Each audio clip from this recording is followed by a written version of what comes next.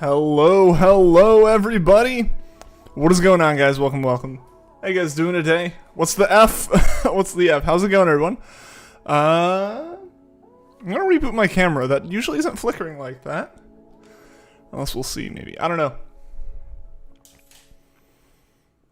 We're gonna see. We're gonna see if this fixes it. Otherwise, the TV will just be off for today. Hey, there we go. Because usually they stay pretty synced, but but how's it going? I see Vanillix, Skystream, Ash, Rose Girl, Juan, Fireblast, John the Pikachu. Welcome to the stream, everyone. Here from Shining Browns Radio. I say, awesome, glad to have you. Hope you're doing well today.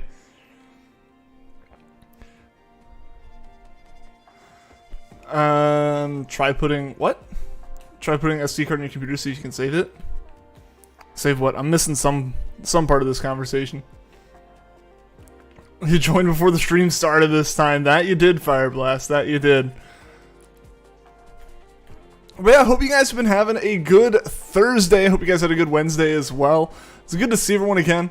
Yeah. Let's hope we can find ourselves a shiny Duskull today, guys. We've been hunting for this for gosh, how long have we been hunting now? Like the better part of 2 weeks, if not 3 weeks. There are no Duskulls though, which is posing a little bit of a problem for us. Can Duskulls spawn in Sandstorm, or is this literally like the one weather they don't spawn in? Let's check. Let's just double check this real quick. Hey, Happy Frog, welcome to the stream. How are you doing today? Let's see. Duskull.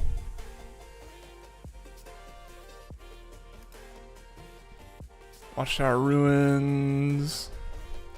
Sandstorm, yeah. It spawns here, Sandstorm. It's just lower % chance today. That stings. Before we get into what was most hyped about today, what do you guys think of the new Zoro and Zoroark? I think they're really cool. I think they look really cool. It was actually kind of cool seeing them post that video, I guess like 2-3 days ago now, of like the messed up footage, and then they came back and posted like the new footage. I thought that was a really cool little thing to do. Zoro's cool, but you don't like Zoroark. You don't like it? I mean, I guess it does have a bit like poofier of hair now, doesn't it? I think they both look pretty good. I think they both fit their theming really well. You're good. Just gonna shiny Krogunk. That's awesome, Happy Frog. Congratulations.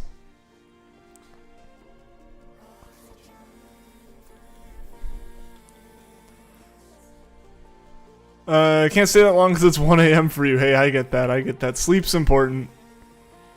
Sleep is very important. Let's see if we got something down here in this grass. Come on. Wow. We just really are not having luck with these Duskull spawns. Because they do spawn. They do. Is this overworld or is this random? Oh, that's not overworld. It's random spawns.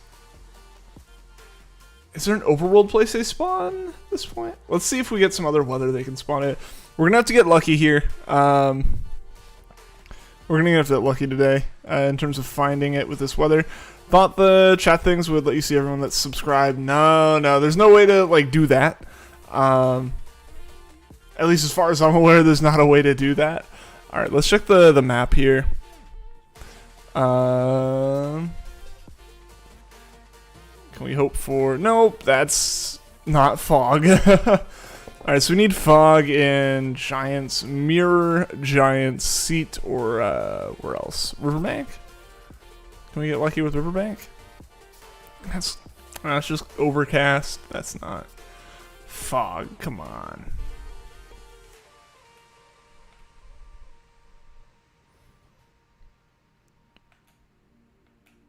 See, I don't like that they named all of these like.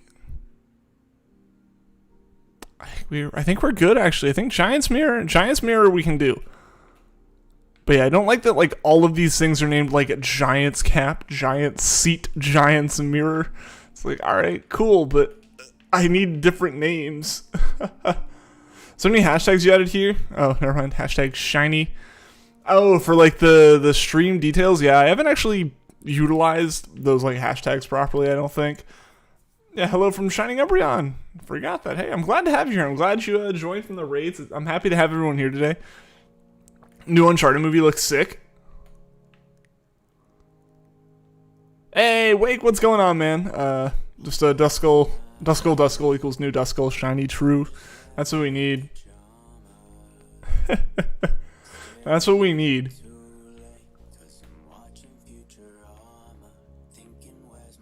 Yeah, I definitely think so. This is the music we listen to on Tuesday. I definitely think it's going to be the music we generally vibe to on stream for a bit.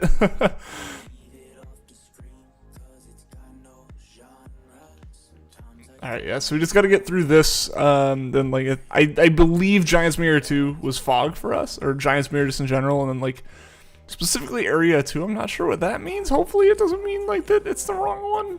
We'll see.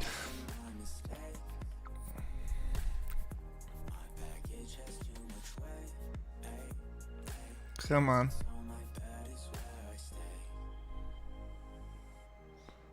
He'll be back. Darth Vader voice. Our hit C in a bit. Fire blast.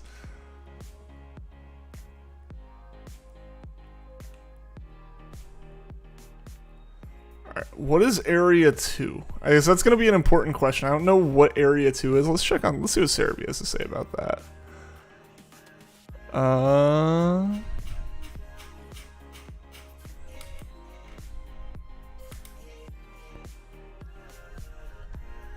Area 2. Oh, okay. So that's the area down here, I think? I don't know. I feel like Cerebi's trying to be helpful with these images, but I really don't... Oh, that's not what I meant to hit. I feel like Cerebi's trying to be helpful with these images. It's just hard. I was in his stream, and they said, hello to him as well. I was in his stream for a little bit earlier today as well. Hopefully he finds that Cubone. Using your uncle's computer right now. Forgot to mention Shady Krogunk is in Sacred Gold ROM for Heart Gold. Nice. Yes, here we go. Alright, we have Overworld Spawn still. that would have sucked if we didn't. Uncharted being your favorite video game franchise of all time. Besides Pokemon, I think it'll be one of those good game movies, even though they're notorious for being bad. I have to assume we're going to start getting like actual good game, like video game movies at some point. Just because we have started to see a bit more superhero movies, and I think that just shows that like there is money in genuinely respecting like pop culture, like nerd culture kind of like franchises when you make a movie, because it used to just be like, we need something, let's license like a movie, you know, or like let's license like video game, like, you know, characters for a movie. And so you just ended up with these really campy movies at best and just horrible dumpster fires at worst. Like same went for comic book movies and superhero movies for a long time, until like Marvel actually is like, hey, you can do it right.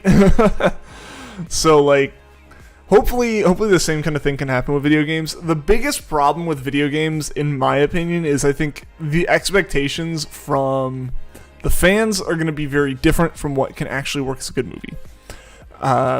So hopefully they kind of figure out how to weave their way through that. Because basically what I mean by that is like a video game story does very well when it is interactive. There's a lot less content in a video game storyline, script-wise, than a movie of the same expected length. Honestly, the scripting for a video game that expects you to take 4 or 5 hours to beat it, and that's a short game, is less than the script for like an hour-long movie. So there's so much filler. There's so much filler in it, unless like they have like a series like Uncharted and they make one movie for the whole thing. Do a movie with The Rock. I haven't seen it. I really want to, just because I have to imagine how ridiculously terrible that movie is. I feel like it's incredibly slow, but it's just now getting to this, what do they call this area? Giant insert name because of Dynamax? Honestly, maybe. That's probably the kind of thing they're going for. Or like the whole idea is like the whole area is like a giant, so you've got like the cap and the seat and stuff like this, and like it makes sense in that way, or like the giant's foot. So like north to south is like a body standing up head to toe, right? Like in terms of what these names come from when anything's like giant, right? But I don't visualize one here, so I don't really know where things would be with that. And I just kind of like aimlessly move my cursor around until I find the right area, you know? Post a screenshot from earlier in the Discord server?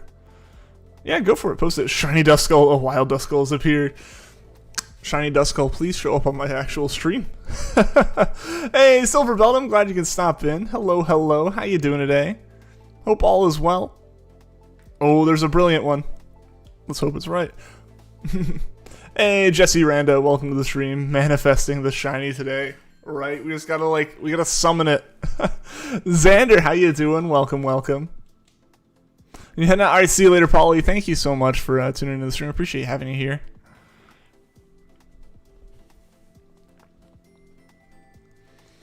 Just posted it first wild shiny in the realm. Awesome.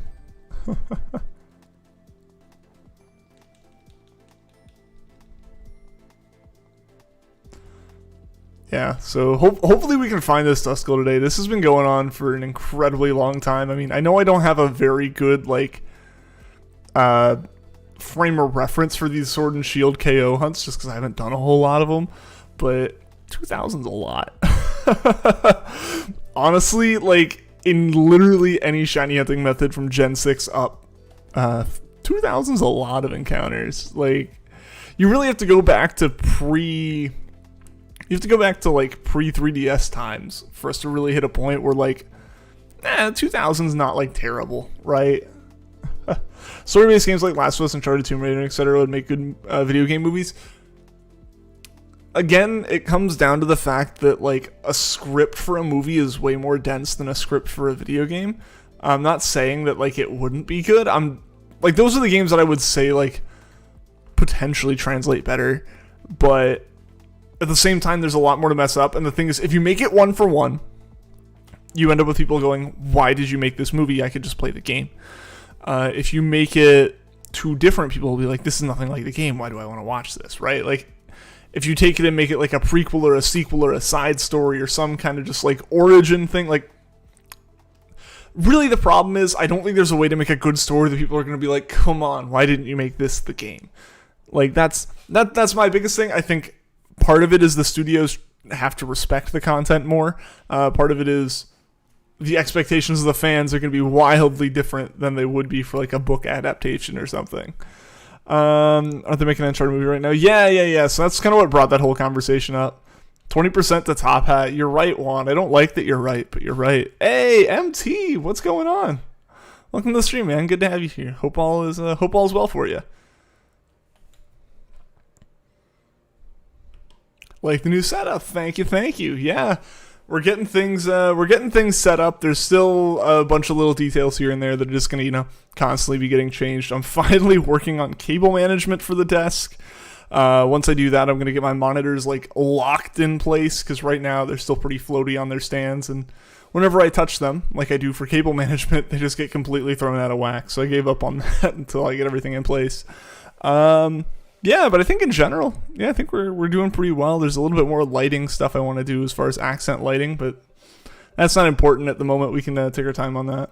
Tom Holland as Nathan Drake seems really cool. Is Tom Holland Nathan Drake? That's an interesting choice. Take this, throw Shiny Duskull at him. Thank you, Shiny Duskull. I need it. I need that. First time PlayStation actually involved themselves in a movie. Alright. Tom Holland's name. I guess there's probably some pretty good Sony relationships with him being Spider-Man, so makes sense.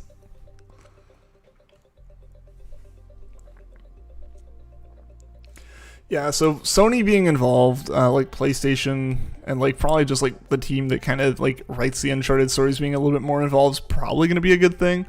Again, I think it'd be awesome. I really hope it does well. I am going to continue to put out there the whole I don't want to get my expectations too high, just given the history of video game movies, and it'd be awesome if it's the one that breaks the mold, but I don't think it should be expected of it, Series of movies would be better adaptation for a game. I think it's the other way around, Tegan, personally, just because like I said, the dialogue and the script and the story for let's say a 1 hour game, or let's say a 2 hour game, there's not a lot of actual story there because you've got to run around. There's no like jump cuts or anything. Like it is a sequential thing. You're running between places. You're doing a whole bunch of other stuff, you know, and then like a little bit of story happens. And there's probably like maybe like 20 minutes of like real dialogue, story driven stuff, and like 5 minutes of what would become action sequences, potentially depending on the game. And that's not enough for a movie. That's enough for like a little short film, right? So like, I think you need to be in a situation with like Uncharted where they have what, like 5 games at this point? Like, if you had like 5 games to adapt into one movie, then you actually have enough content. The problem there then does kind of become a little bit, and this is just what the difference in mediums and like the difference in media, as far as like you have like books and movies and video games, and they're all very different. Everyone always complains like, oh, the book was better than the movie. The same thing with video games. When you're adapting like a story from one thing to another, there's very different requirements for what like makes it entertaining to people, even to the same people, right? Like it's not like people who like video games like this and people who like movies like this. It's like I expect my movies to be one way, I expect my games to be another. The stories don't always gracefully transfer. I think Uncharted is a game that has a good chance to be like translated into a movie well, just because like it is a very story-driven game. So there's a chance, but there's still going to be a lot of filler. There's going to be a lot of new stuff. There's probably going to be new characters. There's probably going to be, you know, new conflicts to a point. There's going to be changes in the characterization of Drake and everything, of like Nathan Drake and stuff. Like it's going to happen. FNAF and the FNAF books both rock. The FNAF books are very different. It's not like... That's a different thing, though. That's a different thing. And I mean, that could work. Again, that could work. But that is a... FNAF is a game. The books aren't the story of FNAF. They're the lore for Five Nights at Freddy's. But that's a whole other, like, monstrous beast of a story. They didn't adapt the script of the first video game into a book, right? Like it's a separate story. It's, you know, a whole anthology. It's a whole bunch of separate stories as well, so it's a different thing. That's a different kind of case. Birthday's coming up, not tomorrow. You don't have school tomorrow. Hey! Well, that's awesome that you don't have school tomorrow. And happy early birthday. Taking steps in the right direction with involving Naughty Dog and the writers and PlayStation. Even Nathan Drake's VA thought Holland was a good role for him. Just hope it was good, at least good. I hope it's good too. Like genuinely, I hope it's good.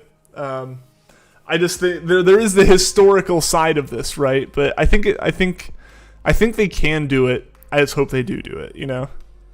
What about the survival logbook? I mean, that's like a little side thing. Again, they didn't write a storybook that was the story of FNAF. That's the difference between that and what like a lot of video game movies try to do.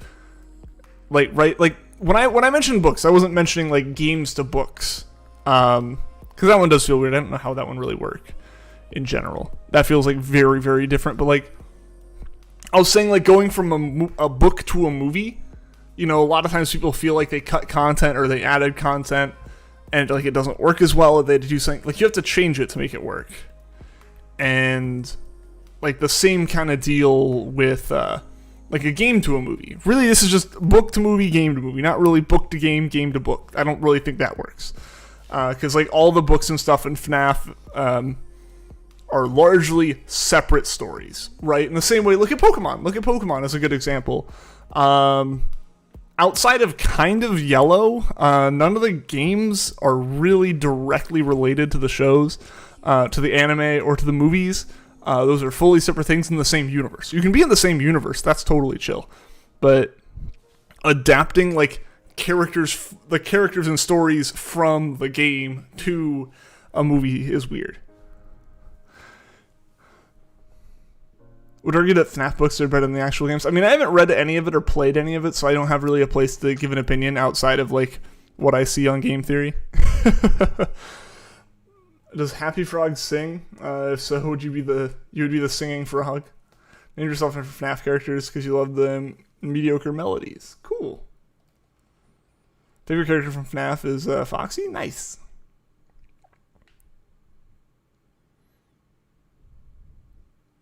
Yeah, I've never played FNAF. I don't intend on it either. I do not do well with anything in the horror genre at all. So, yeah, for me that'd probably be a pretty big no-no. Also, what the heck? Why did this stop? There we go. Hopefully this works. Sorry the music stopped there for a bit. Monster Cat's been funky the past little bit. Like, it just hasn't worked quite right.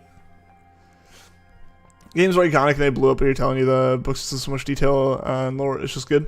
As far as the the FNAF books, I mean, well, because they have a story. Like, at the end of the day, the game is a game about surviving in some kind of like surveillance setting, right? Like, that's just that's like separate from the story that kind of is woven throughout that in mini games and is told without telling and all this stuff. And like, that's what people like when they want to like sleuth through something, but it's very different from the books. The books like overtly have a story to them. They seem confusing from game theory mentions. Yeah, there's a lot of lore. I feel like a lot of indie series and stuff, which I guess, yeah, like FNAF is still indie. It's big, but it's still indie. But like a lot of those indie series and stuff, they just like, they have so much really complex lore to them, which a lot of people really like. And I think a lot of people like the community aspect of it, of kind of deciphering it and trying to figure it out, you know? Wouldn't talk about FNAF lore, it's pretty dark. I don't know, we're not going to go into detail on it or anything. I think like, it's a fascinating kind of, I feel like it kind of started the whole like indie game with hidden lore, like, phenomenon that we have now, right? Where like nearly every game that comes out has some hidden lore to it in some way, if it's an indie title. If it doesn't have like an overt story to it in the first place, or it has like a very tiny story, it feels like the game's like just, they have something hidden. And I think FNAF really started that, you know? Like, obviously FNAF's like lore being dark is not surprising at all. It's a horror game. It's a horror game about killer animatronics, so like that's not surprising that like the lore is dark. But yeah, like it's one of those things where, you know, a lot of stuff just got hidden in the game and people were able to connect the pieces, and you know, like a lot of it is also like developers realizing I can make a game that would usually just be like a B tier game, and as long as I put a bunch of little random Easter eggs in it, people will play the game for hours and hours and hours and talk about it on online message boards, or talk about it in videos, and do all this stuff, and it drives the growth of the game 100%. But like a lot of it is also you can kind of just leave it up to the community to write stuff and then go, yeah, that's true, I'm gonna build stuff around that, you know? I feel like to a point they can do that. Imagine finding a shiny Duskull while talking about FNAF. I mean, it can happen. We usually find shinies when we're talking about something random. Orville is in fact the leader. Have no idea what Mindless is talking about. Sounds like a game you don't play. It's a game I don't play either, MT. I've just heard so much about the lore over the years for Five Nights at Freddy's.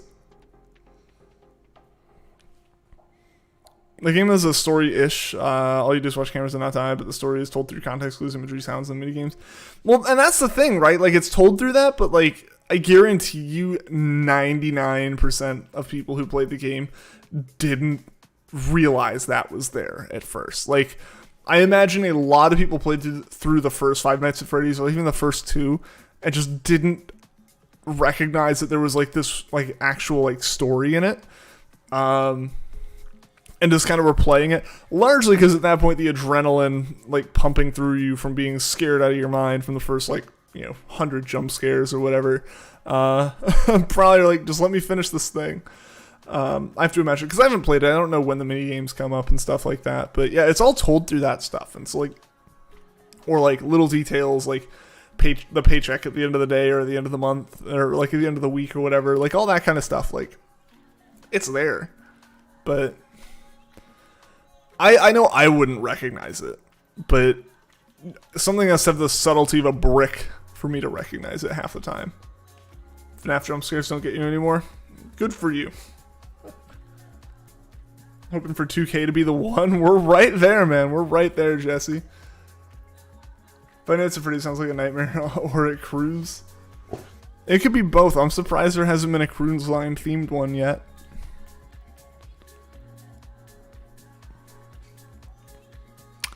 And we have hit 2,000 Duskulls encountered, and none of them have been shiny. So we're just straight up unlucky at this point. It doesn't matter. We have the shiny charm, so KO method or not, we're just incredibly unlucky at this point. Hopefully we find it soon, though. That's why we have Matt Pat. Exactly, Tegan, exactly. I genuinely enjoy listening to like the intricacies of the story and watching people like piece together the clues and stuff. That's really interesting to me, and I really like hearing about it. I'm not putting in that time. I'll watch a video on it every like 6 months to a year, discussing all the new things that have been found that have come out, and it's like, cool. And that's it. You got a shiny electric? That's awesome, Happy Frog. Congrats. 2,000. Woo. Do you know in FNAF the Twisted ones, Twisted Wolf actually killed Twisted Chica? I did not know that.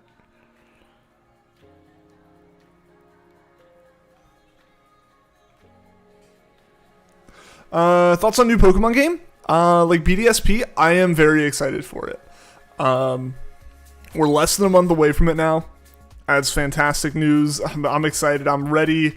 Probably once we hit October or November, I'm gonna start like actually just putting up like a prep stream, because my plan is I'm gonna be taking off at least the 19th, maybe the 22nd. I think is what it is.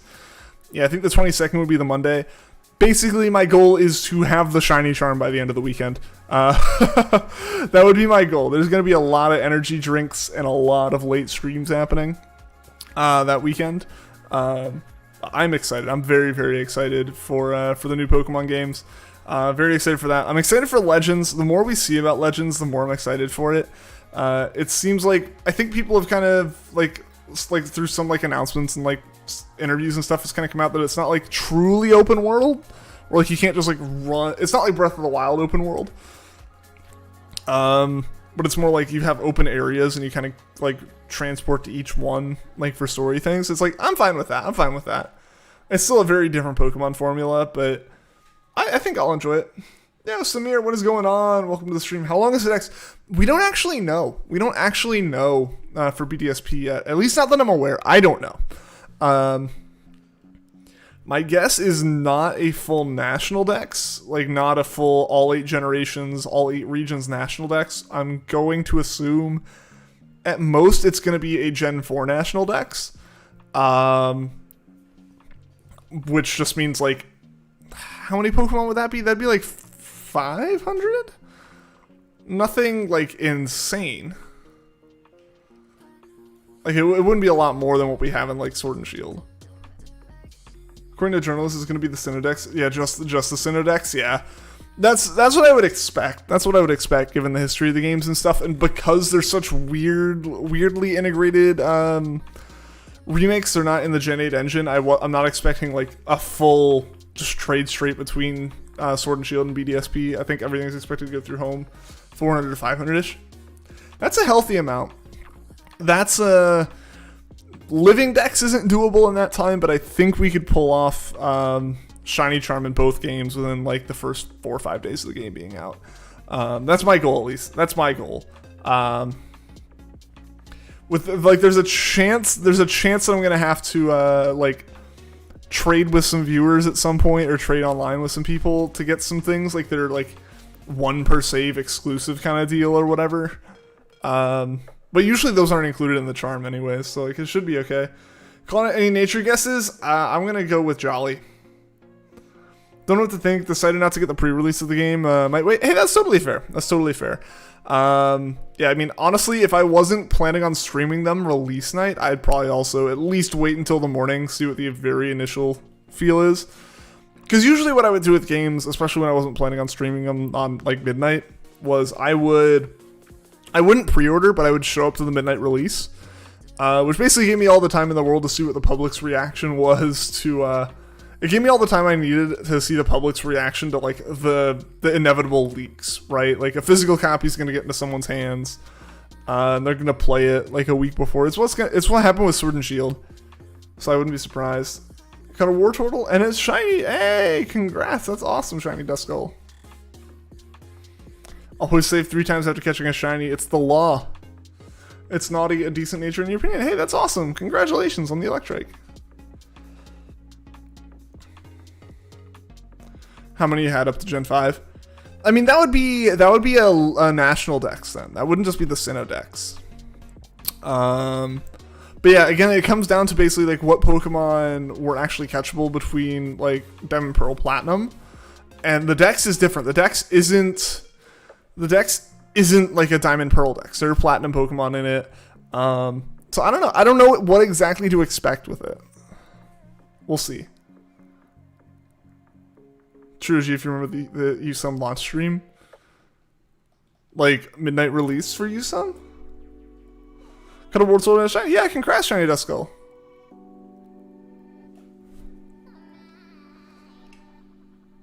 On a Renegade Platinum for your next hunt. Be right back, gonna go eat. All right, see you in a bit, Happy Frog.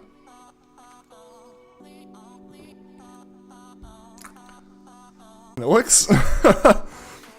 That was the time that the GameStop released the game and like closed early. Oh no, I'm down.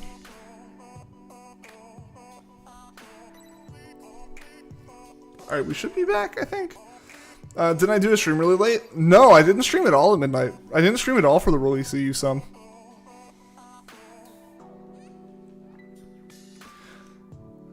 I'm training on some noob trainers. There you go.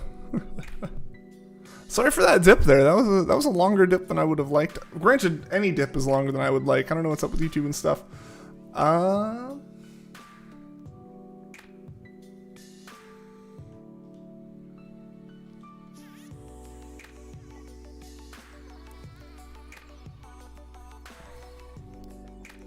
Oh yeah, something I started kind of setting up today. I don't think it's visible in any way. I don't know if there's any way for stuff to be done with it. What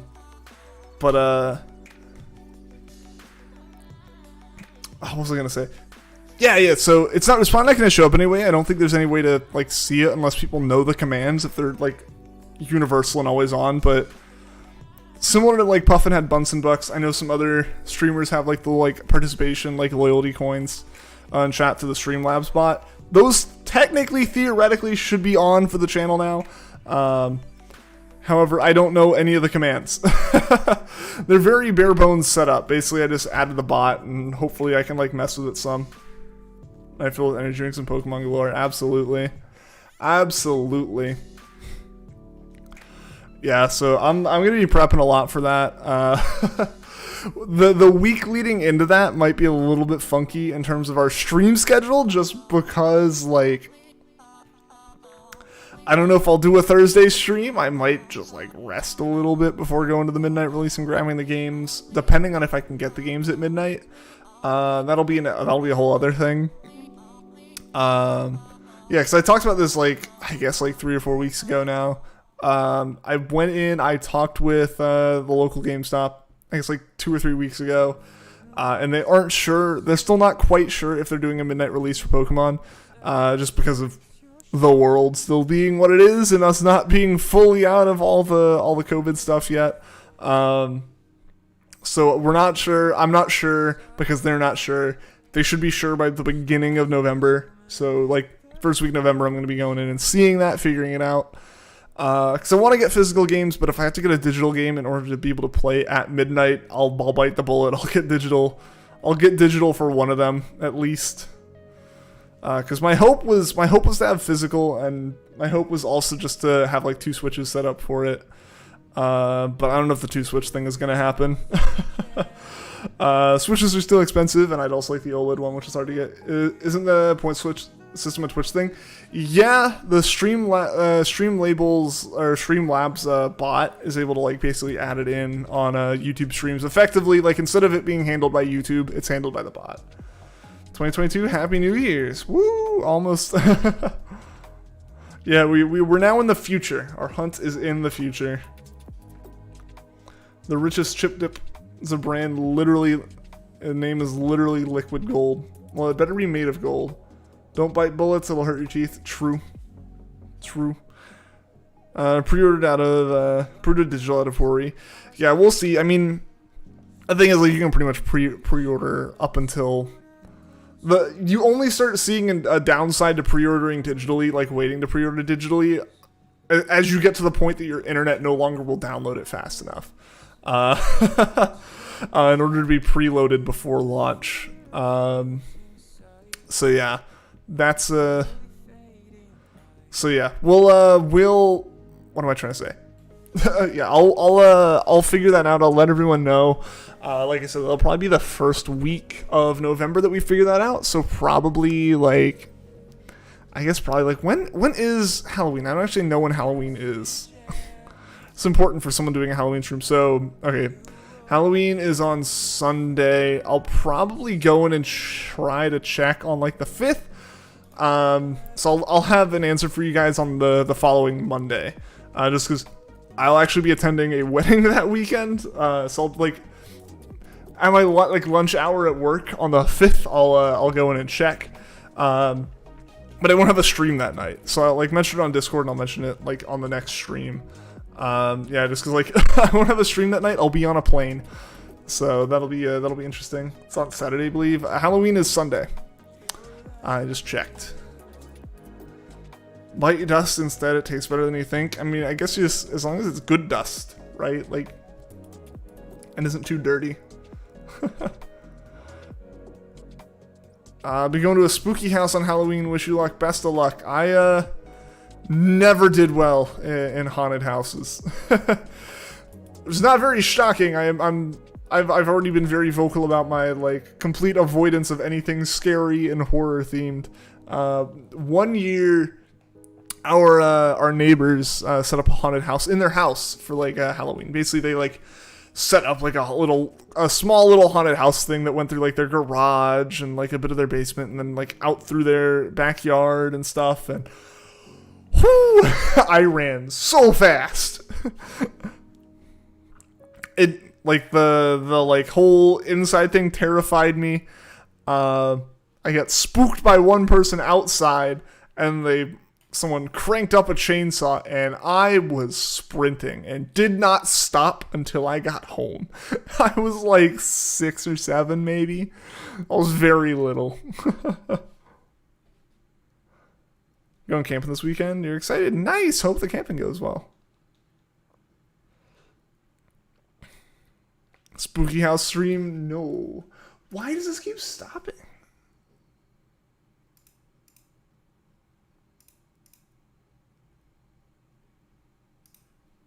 Okay. I might have to turn off the shuffle on this. I think shuffle's breaking on Monster Cat. So we'll turn the shuffle off here. Yeah, that should be good. That should be good. But yeah, so I did that. Haunted house. Was not a fan. Technically made it through that one. And then the only other time I went to one, I turned around one room in and went, nope, and left. Hadn't even gotten anything. We literally had like started the haunted house, and I went, nope, when they like pulled the door shut. Like they had the kitchen cabinets in the house they used set up with fishing line, and they could just pull it and slam them shut. And I literally just like said nope, turned around and walked out. I was like, nah, I'm not doing that. I'm not doing that. Molly's protect me from scary stuff, indeed. You'll see me cowering behind her. You're a Duskull.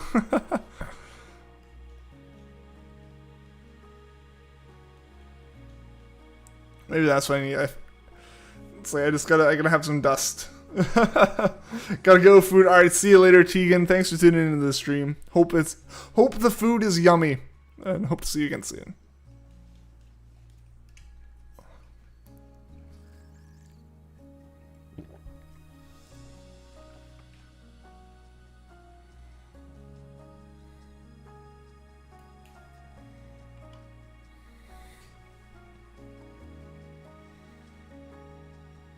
Hey, back. Welcome back, Happy Frog.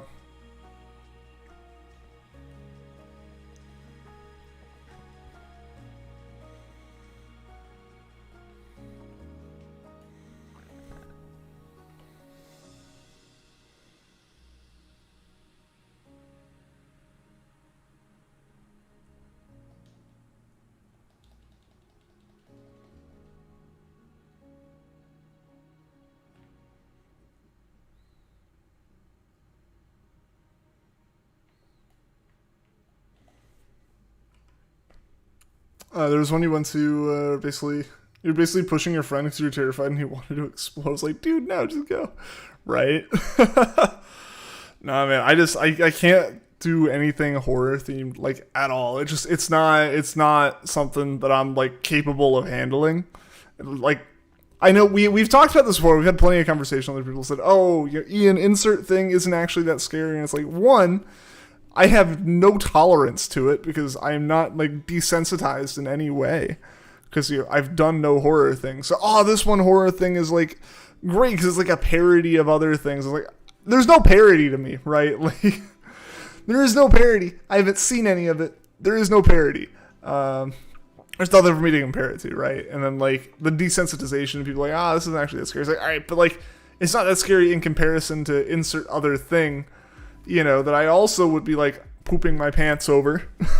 So, like, I'm good without it. And, like, I'm super suggestible, usually, when it comes to, like, how I should feel about, like, something, especially when it comes to horror. It's like, if you tag something as horror, I am very likely to just be, like, just like freaking out the whole time, waiting for the horror thing to happen. I'm very desensitized to a lot of scary stuff and surprises. Yeah, see, like, that's just the thing. I am not desensitized to it in any way because, like, it's like that's just not. It's like I haven't had to be. It's like I haven't done anything to be desensitized. And it's like I'd rather not, Pooping pants. I gotta keep the stream family friendly, man.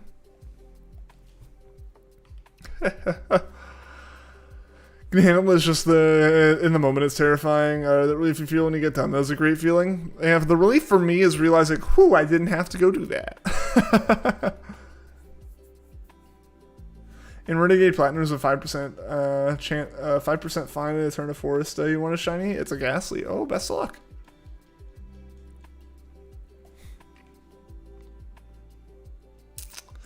Man, so earlier today, guys, Adele had definitely very much so misjudged the jump she made, and it was quite funny to watch from my perspective. It was probably mortifying for her for a second. The look on her face was one of, like, sheer terror. But basically what happened is, so my house is still full of boxes. I still have a ton of stuff that I haven't unpacked. Not because, like, I have that much stuff, but I've just kind of gotten lazy. I got my desk set up. I got my bed set up. I got my couch and TV set up. What else do I need? But no, there's just, like, there's a lot of boxes. It's like, I need to just do this before I can put this up, or this before that. Like, I had to get new bookshelves before I could put all my books on the bookshelves, right? Like, boxes like that. And one of them is, like, consoles that usually sit under my TV that I just haven't set up yet. And I moved that box. I moved it behind a chair. And usually there had been a box behind the chair that had a closed lid. And was full of stuff so Adele could hop onto it. Yeah, this one did not have a closed lid and was half empty. So it was just nothing. And my assumption, I say this because my assumption of what actually went down is related to that. Because, excuse me, hiccups. Whew. Because I was just in there looking at I was just in there, like, I moved my work laptop, which usually ends up on this desk somewhere. I moved my work laptop over to where I charge it and was just, like, cleaning some stuff up. And I just hear this really loud, like, slamming noise. And then, like, clearly a cat clawing at things. And I was like, what is going on? Ready to turn around and tell my cat to stop scratching on the furniture again. And I turn around and I'm looking at the chair. I'm looking at the front of the chair. Like, you look at the front of this chair, like how it is right now. I'm looking at the actual seat part of the chair. And on the very back of it, not this chair, but like another chair I have, that's a lot lower and just like a chair in my living room. And on the back of it is Adele with the most horrified and startled look on her face. Like, ears super flat back, eyes super wide, face like, if this was the chair, she was just like that, like freaking out, grabbing on top of it. So clearly what happened is she jumped up assuming that the box had a lid on it, which it did not. And went to just like do the little jump onto the box, jump onto the chair thing, and jumped onto the box, reached for the chair, and then like the cardboard, top of the box, the flaps on the top of the box just went down, and she just fell. And it was that was the excitement for Adele today, because she spent the rest of the day just sleeping on a comforter that I hadn't put away yet. May phase, but a shiny is shiny. Absolutely, man. Absolutely. Hey, Rhapsody V1, welcome to the stream. Seeking, yep. Seeking's gonna be good for this. When we do find the shiny, we can soak it and keep it from KOing itself with Curse. How you doing today, Rhapsody?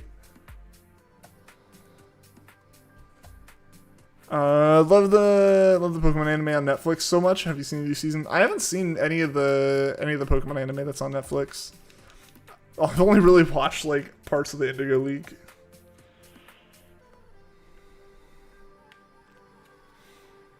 Gengar and Eevee sticking their tongues at each other.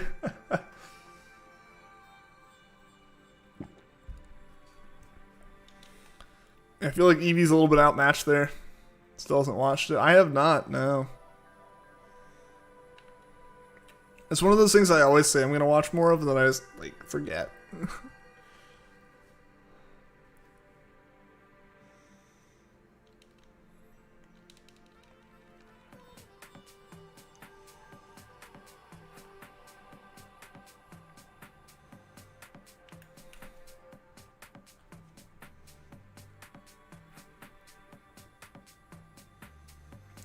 Alright, good. You finished Attack on Titan anime today and pre-ordered a Grookey plush. Awesome. Awesome. What do you think of Attack on Titan?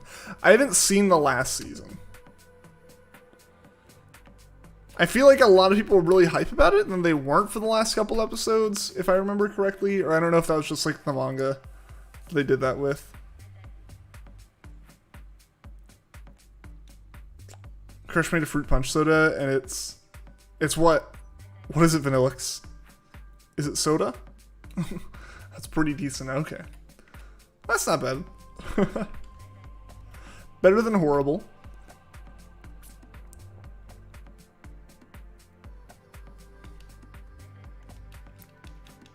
Hey, can't think of your username. How you doing? Welcome to the stream today. Hope all is well. I never opened up, there we go.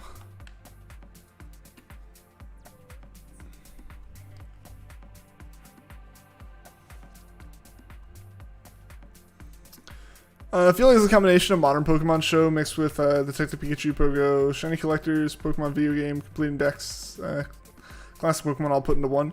I mean, at this point, the community is so large and there's so many different little aspects to it. Like, if you want to try to fit them all into an anime, that is gonna just be so much stuff.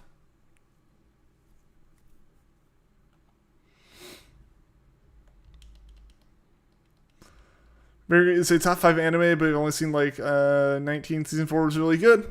Probably your least favorite season, but still great. Hey, that's awesome. That's awesome. Was that the end of that playlist? Come on. I don't know what's up with Monster Cat today. The music's just not working right.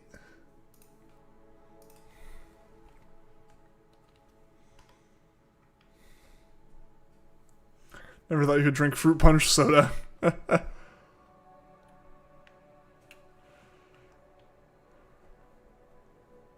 It does sound like a weird combination. I mean, it makes sense. It would work. Like, there's nothing special about fruit punch in that way, right? But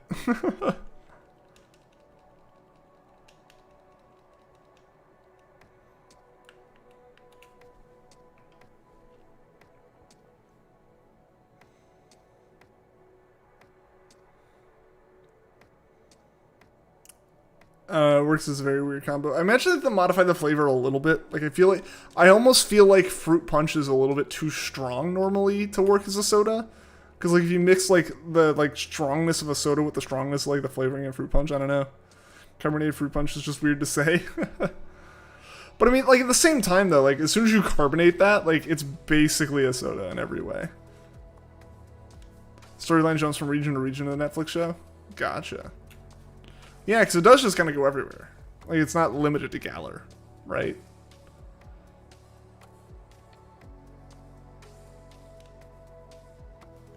Fruit punch pickles are good. Fruit punch are good. Fruit punch goes well, a lot of things weirdly. I've never heard of fruit punch pickles. That is a very new one to me. Say it's a bit of a kick. Gotcha. I may have to try this if I find it anywhere. Fruit punch soda sounds like a mix a kid would make. It definitely does though, right? Like that's definitely one of those things I would see like a kid putting through one of those like soda maker things.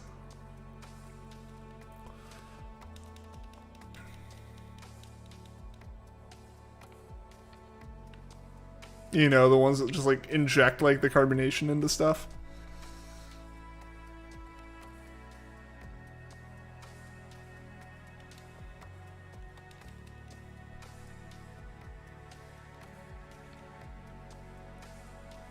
Remember those soda makers? You had one?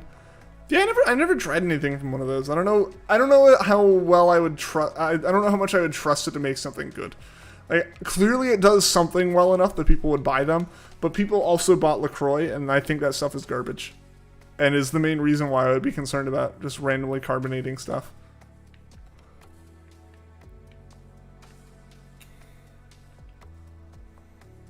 LaCroix. It's awful. It's so bad, dude. I can't stand it. I've tried it multiple times. Like, years apart, I have tried it. And I still stand by the statement that the like super smoky like carbon aftertaste it has is a stronger taste than the actual taste they try to have in the soda. Fruit punch sounds like fruit punch soda sounds like something you get if you were with friends and decided to get to be different when getting a fountain drink. It really does. Like it definitely feels like it'd be the same as like going to a restaurant that has like high C as one of the fountain options and it just was carbonated. 100% agree, it's disgusting. It's like, I just, like, clearly people can have their own opinion on stuff and, like, can have different tastes and things, but it's just like, is there something, there's gotta be something, like, the level to which people are like, oh, this is good, this is really good, I really like this. Like, to me, either you're a person who, like, really will drink something until you, like, acquire the taste no matter what, but, like, the number of people I feel like I know who have had it and don't, like, for the first time and immediately like it. I'm like, how?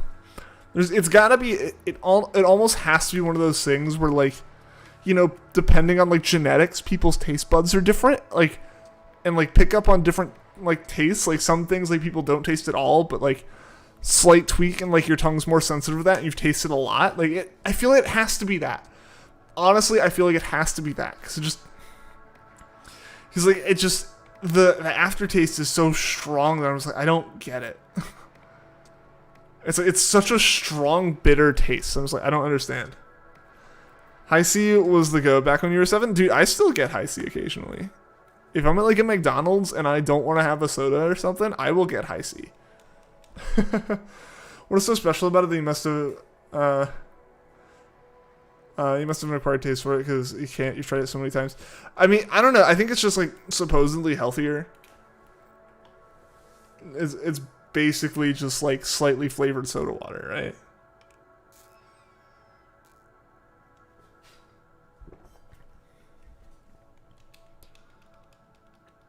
Yeah, I mean, basically, it was a very common drink at one of the offices I worked at.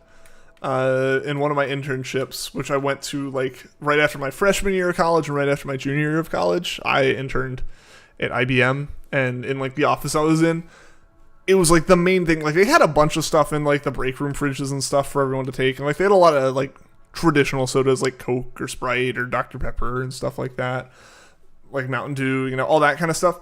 But the one that was like 50% of the fridge upstairs and like 50% of the fridge downstairs was like LaCroix. I'm just like, so I was like, oh, I'll try it. Like, obviously it must be good. People like this. Oh, it's just so bad. I'm like, I was like, maybe I got a bad I tried it like twice one year, and then I tried it like again the next year, and I think it was a different flavor each time, and it was just like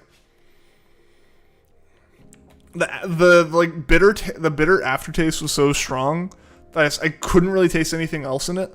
Like if you wrapped one of the cans up, I wouldn't be able to tell you what the other flavor was. If you told me, oh, it's like slightly orange, it was like it tastes like orange, I'm like I can see they were trying for that, but that's about it. Vanilla Coke is the bomb. I actually really like the vanilla orange Coke.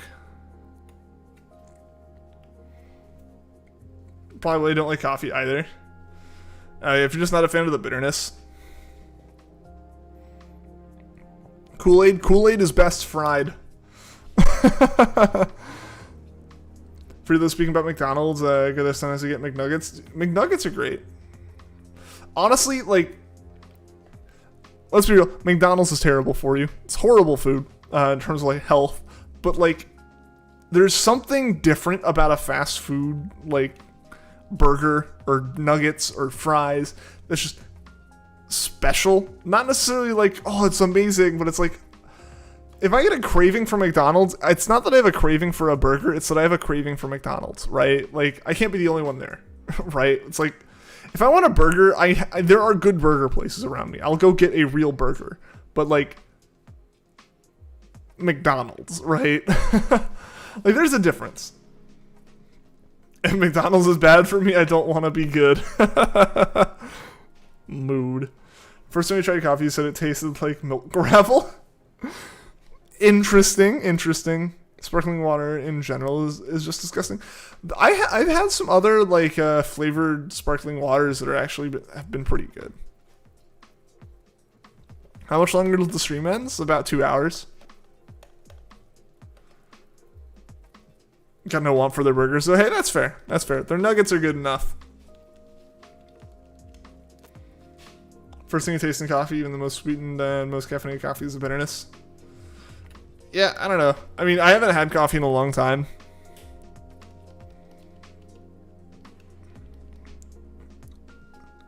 I mean, the caffeine shouldn't really change anything. I don't think, as far as flavor, but yeah, I mean, for me, like, I haven't had coffee in a long time. Usually I would have a lot of creamer in it if I did. McDonald's breakfast, though. I haven't had a McDonald's breakfast in a while. Actually, I have. Generally, fast food biscuits in general. Generally, in general. No, but in general, fast food biscuits are pretty good. Usually, I'll try to get like a sausage, egg, and cheese biscuit from wherever I go if I'm getting McDonald's, or if I'm getting breakfast from a place. Be it like Chick-fil-A or McDonald's or wherever. McGriddles. I've never had a McGriddle. I don't know. I like biscuits too much to like waste a chance to have a biscuit on trying something else.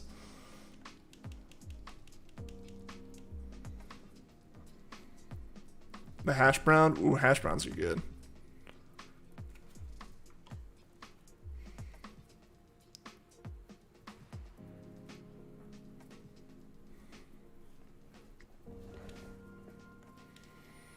I don't know, to me, like, a McGriddle just kind of looks like it's on, like, an English muffin or something, and, like, nothing against those can be good, but, like, I prefer, like, the super crumbly, like, buttery, like, biscuit, as opposed to, like, a tougher, like, bread on it, you know?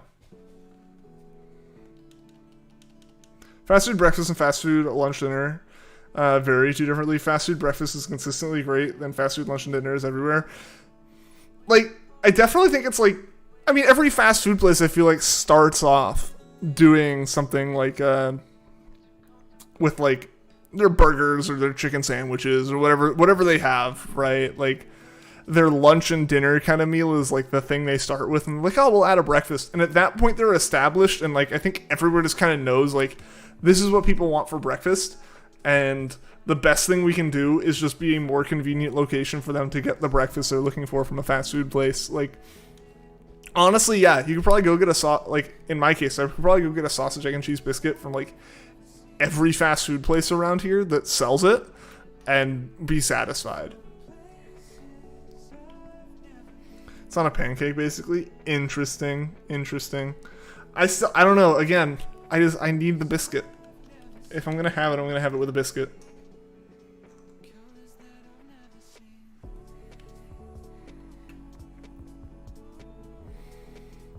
Biscuits are just too good to pass up on.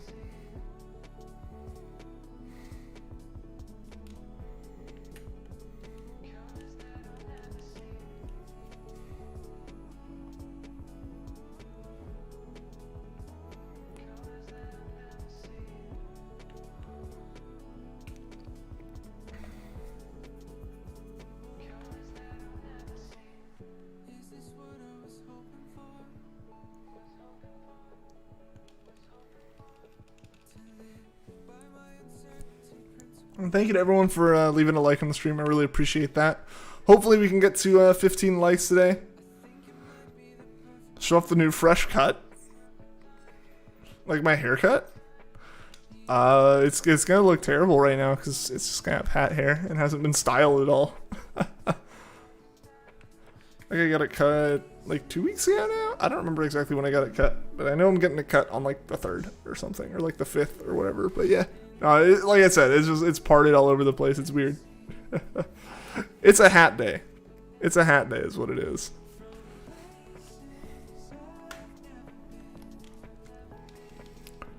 "100% rather get Hardee's breakfast over 90% breakfast places, and that's sad." Yeah. I think we're back. Rhapsody, thank you for the sub. That just came across. I really appreciate that.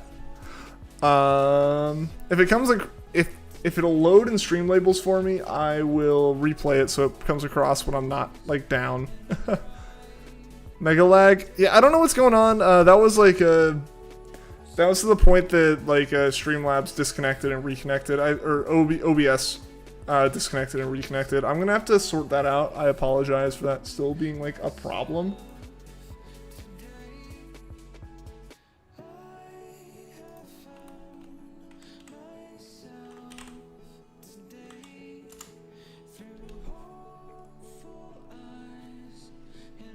Yeah, so hopefully, there we go. Let's replay that. There we go. Woo! Yeah, thank you for the sub, Rhapsody. I appreciate it.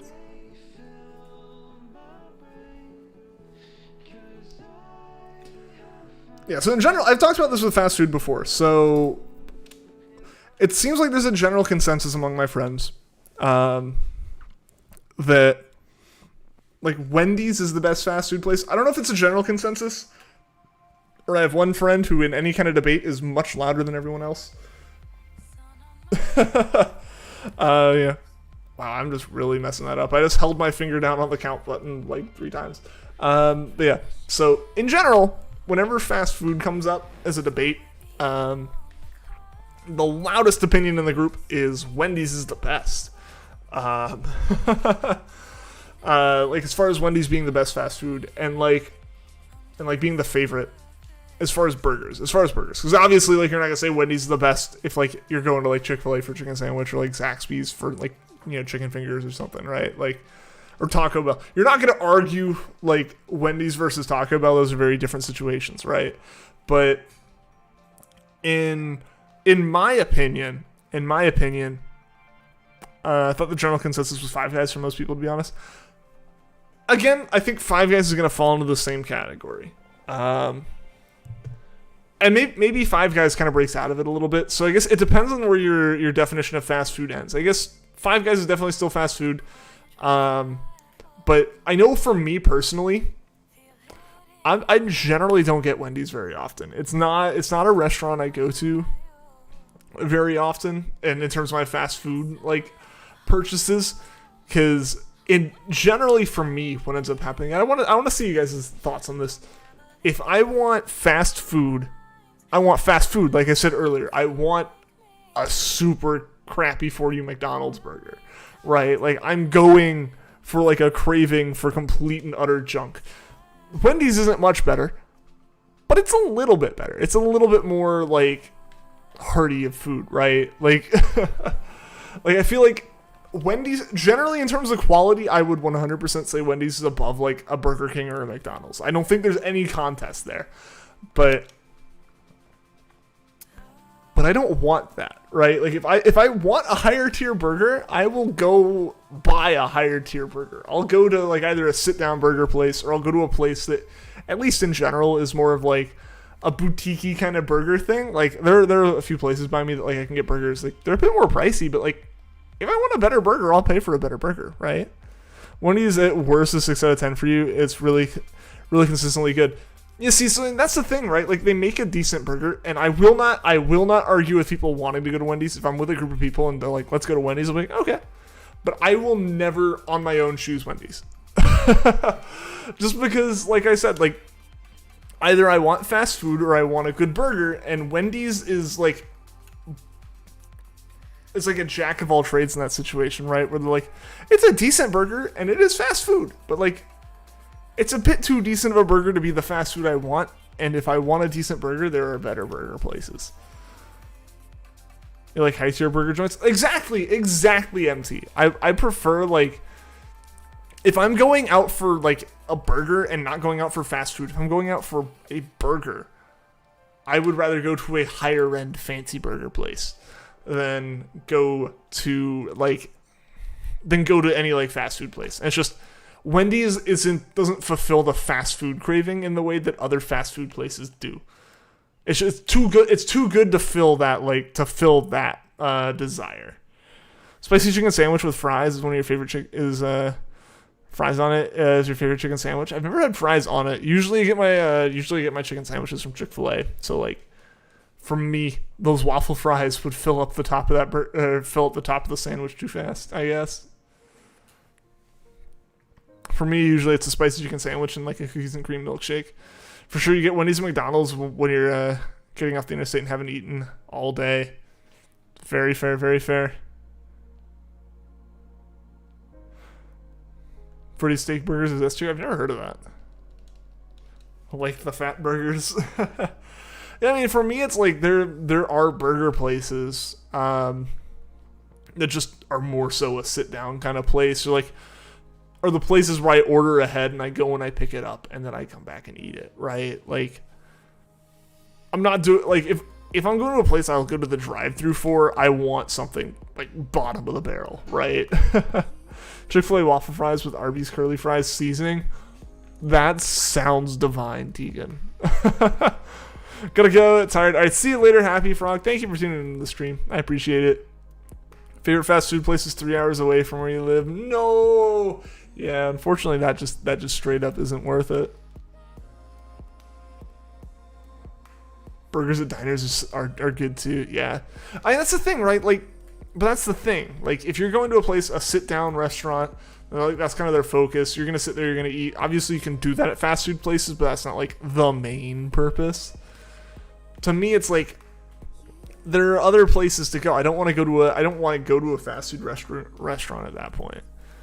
To be honest, higher quality burgers don't sit well with you a few hours after. Love the taste, but the thing does your body are awful. Diners are S tier. Diners are fantastic.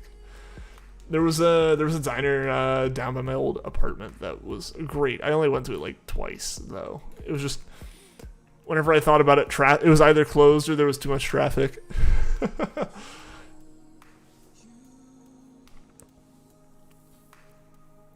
But yeah, honestly, it doesn't necessarily happen to me, but I can see it Vanillix, where it's like a good burger is honestly a bit heavier. And just a bit more filling and just heavy and dense. And yeah, I can see that definitely like having more issues than say a cheapo fast food burger. Steakhouse burgers. I guess it depends on the burger, but yeah. Yeah, I get it. Like, there's more substance to it. Like, I don't have issues like that are bad. I don't have anything bad, but it's definitely like it's filling for longer, for sure. And like, that's obviously part of what you're paying for is better food. Hey, what's going on, Sub? And welcome to the stream, man. Welcome to the stream, dude. How you doing today?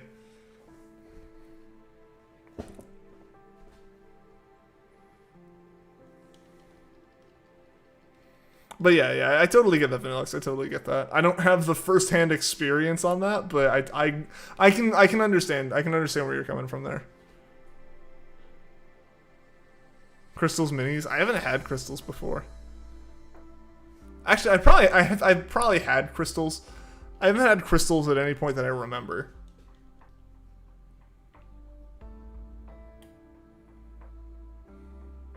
Got a spoopy shiny yesterday. You phased on Drifloon. What'd you get, Sudden? Yeah, why do you feel the food from dinner? Yeah. I mean, that can be good, though. To an extent. If it's filling for longer, right? Like, you don't eat as much. But it's really just so long as it's, like, filling. And it's not just, like, dense and heavy. And it's like you feel it, but you're still hungry.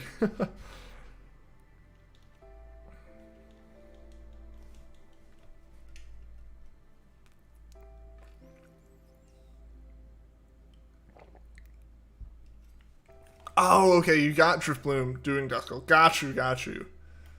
Man, I want to do a Driftbloom hunt.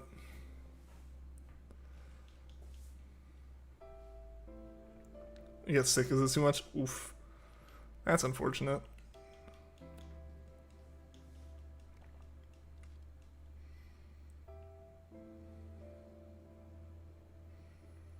Alright, let's see. Is this going to be shiny for us? Nope. I get my hopes way too high with every single one of these brilliant Pokemon. It's just like, now that it's like confirmed that they're the ones with the boosted odds, it's like, come on, be shiny.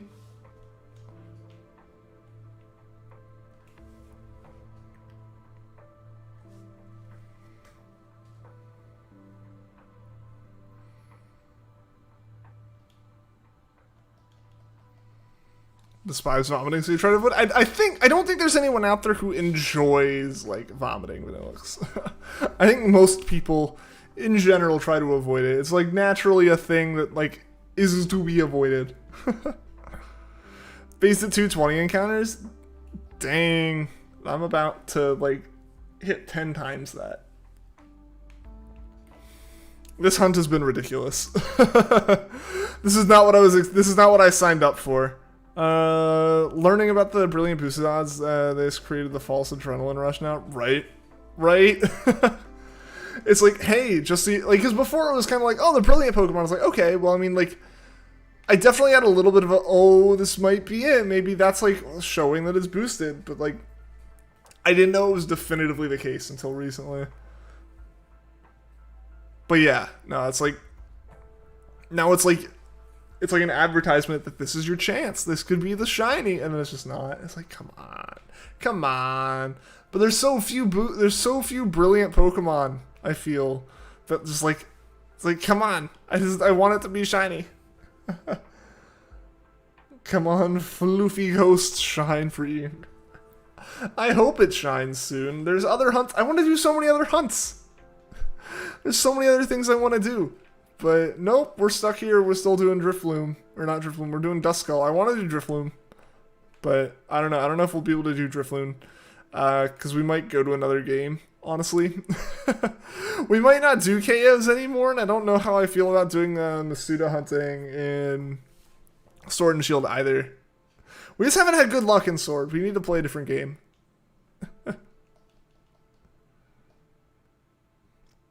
Once people never had hopes for being shiny become shiny. Oh, absolutely. I mean, that's where, like, almost every single shiny you find is just, like, happens mid-conversation about some other thing that's completely random. The event to do on the weekends should be, the events to do, they do on the weekends should be higher brilliant spawn rates temporarily or something. That'd be interesting. I don't know how I feel about that, though. I dislike the idea of like timed events boosting stuff and everything. Like I really just prefer the idea of like the game plays the same on and offline. And like at all times, right? Like to me at least, like that feels way more transparent. It's just like it's always like this. But again, that might just be part of my whole aversion to a lot of just like online features and stuff like Pokemon, where it's like online multiplayer stuff's fine, but like random events that change shiny odds and stuff, I'm not a big fan of. I want that to be consistent. Starting to notice how KO method is. Like the thing is, it could have been fine. It could have been fine. We should have found this 1,100 encounters ago. If we found this 1,100 encounters ago, it wouldn't be bad. It would have been a few days of hunting, but like that's expected, right? Like you kind of want the hunt to be a little bit rare. You don't want to be guaranteed finding a shiny every stream. Like you want the suspense of, oh, will we find it today? And like the carryover from that of like, oh, well, we didn't find it yesterday. We're gonna find it today, right? And like the excitement of that can be fun, but when you go over odds like this, man.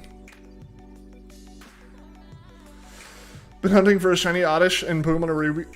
Bleh. Bleh. Trying to hold back a yawn and say Pokemon Omega Ruby got me. Since 2017. Well, hopefully you find it, Rhapsody. Beetle has got shiny luck. He got back-to-back shinies and Dynamax rates. That's awesome. I know Gage has been doing pretty well with shinies this month too.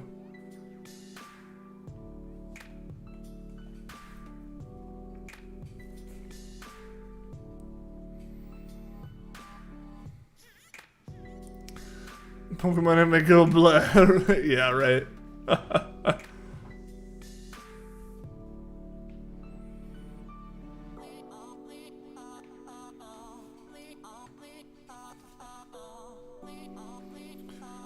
Hope you're using the deck snap for Rhapsody. Those odds, like get those odds up a bit. Absolutely right.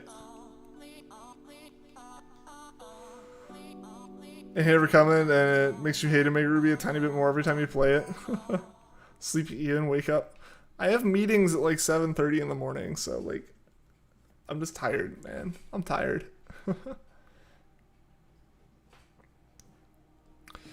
That's one thing that I guess I kind of like took for granted at previous jobs, was they were all very like, despite being at fairly large companies, like everyone that I interacted with at those jobs was like local. So like meetings always happen at like normal hours, but like right now my team is spread out literally like all over the world, and clients are all over the world, and it's like the calls that I'm in, it's like their afternoon and I'm just like trying to stay awake because I had to get up super early. Meetings in the morning. Yeah, I have like 2 back-to-back meetings at the start of every morning, and then like every other day I've got another meeting. 4 shinies in a stream? Dang. Lurantis, Slowking, Durant, and Basculin. Nice, that's awesome for him. I'm jealous, but I'm excited for him. That's great. That's great that he got those.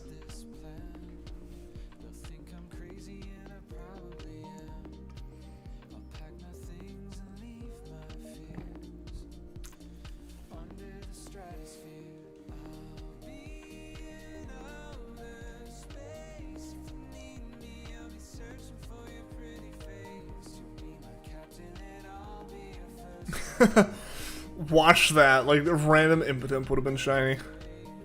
Understandable why you're sleepy then, yeah.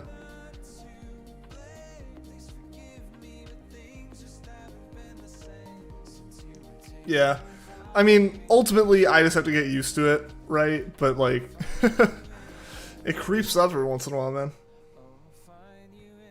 Happy for him. Stole his luck when you phased during the Duskull hunt. Pretty happy you got it.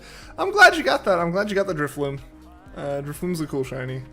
What's the worst hunt you've had to do? Like, what do you mean by worst? Like as far as like my odds for it, or just like my least favorite hunting method, or what? Because I don't know. If you're talking like in terms of like hunting method and stuff, I don't know, honestly. Because I feel like I don't really do hunts on the channel that I don't want to do, right? Like, I don't think that's very fun. I guess I would probably say some of the KO hunts I've done. Like, not all of them, but like some of them it's just been eh. As far as going over odds, Regice I think still holds the record for the farthest over odds I've gone. At like 6 or 7 times odds. That one was rough, especially when the odds were 1365. I was at like 9,000 encounters on that thing. It was crazy. Used to have to go to a meeting in the morning. They finally just did them at night because there's the night shift. That makes the most sense. 20,000 egg pick-a-peck and son. Oof. Oh, you know what? I will say the hunt I suffered with the most was both of my Cranidos Masuda method hunts in Sun. Those weren't streamed hunts, but what they were the hunts that made me stop hunting 24/7. You know, I hunted. There was a solid like 4 to 6 months that I just shiny hunted non-stop. If I had any free moment or a free hand at any point, I was shiny hunting. Waiting for classes to start, on transit, walking, eating lunch, you know, watching stuff on Netflix. Like, I stopped playing other games because like I would shiny hunt all the time. It's how I got like over 700 hours put into a game in 4 months, right? Like, that's 6 to 8 hours a day of playing the game, and it wasn't like leaving the system on. It was like consistent hunting. And then I did an SOS or a Masuda hunt for Cranidos, and it took forever to find it. And then I did a second one to get my Rampardos, and took so long to find it, I just kind of stopped. Like, they went on for easily, you know, 3,000-4,000 eggs. Something called an addiction. Honestly, though, but not even denying that. It's me right now. She'll die off soon. Eventually, but I mean, I think it's a fun thing to do. I mean, if you're enjoying it, I don't see any reason to stop. Had to give you an intervention. This would have been like right before I started streaming though. Like it's funny that like I would still say at this point most of the hours I spent shiny hunting were spent in that like 6-month period, and it was a 6-month period before I started streaming. It's not an addict, it's a lifestyle. If only I could have made money off it then.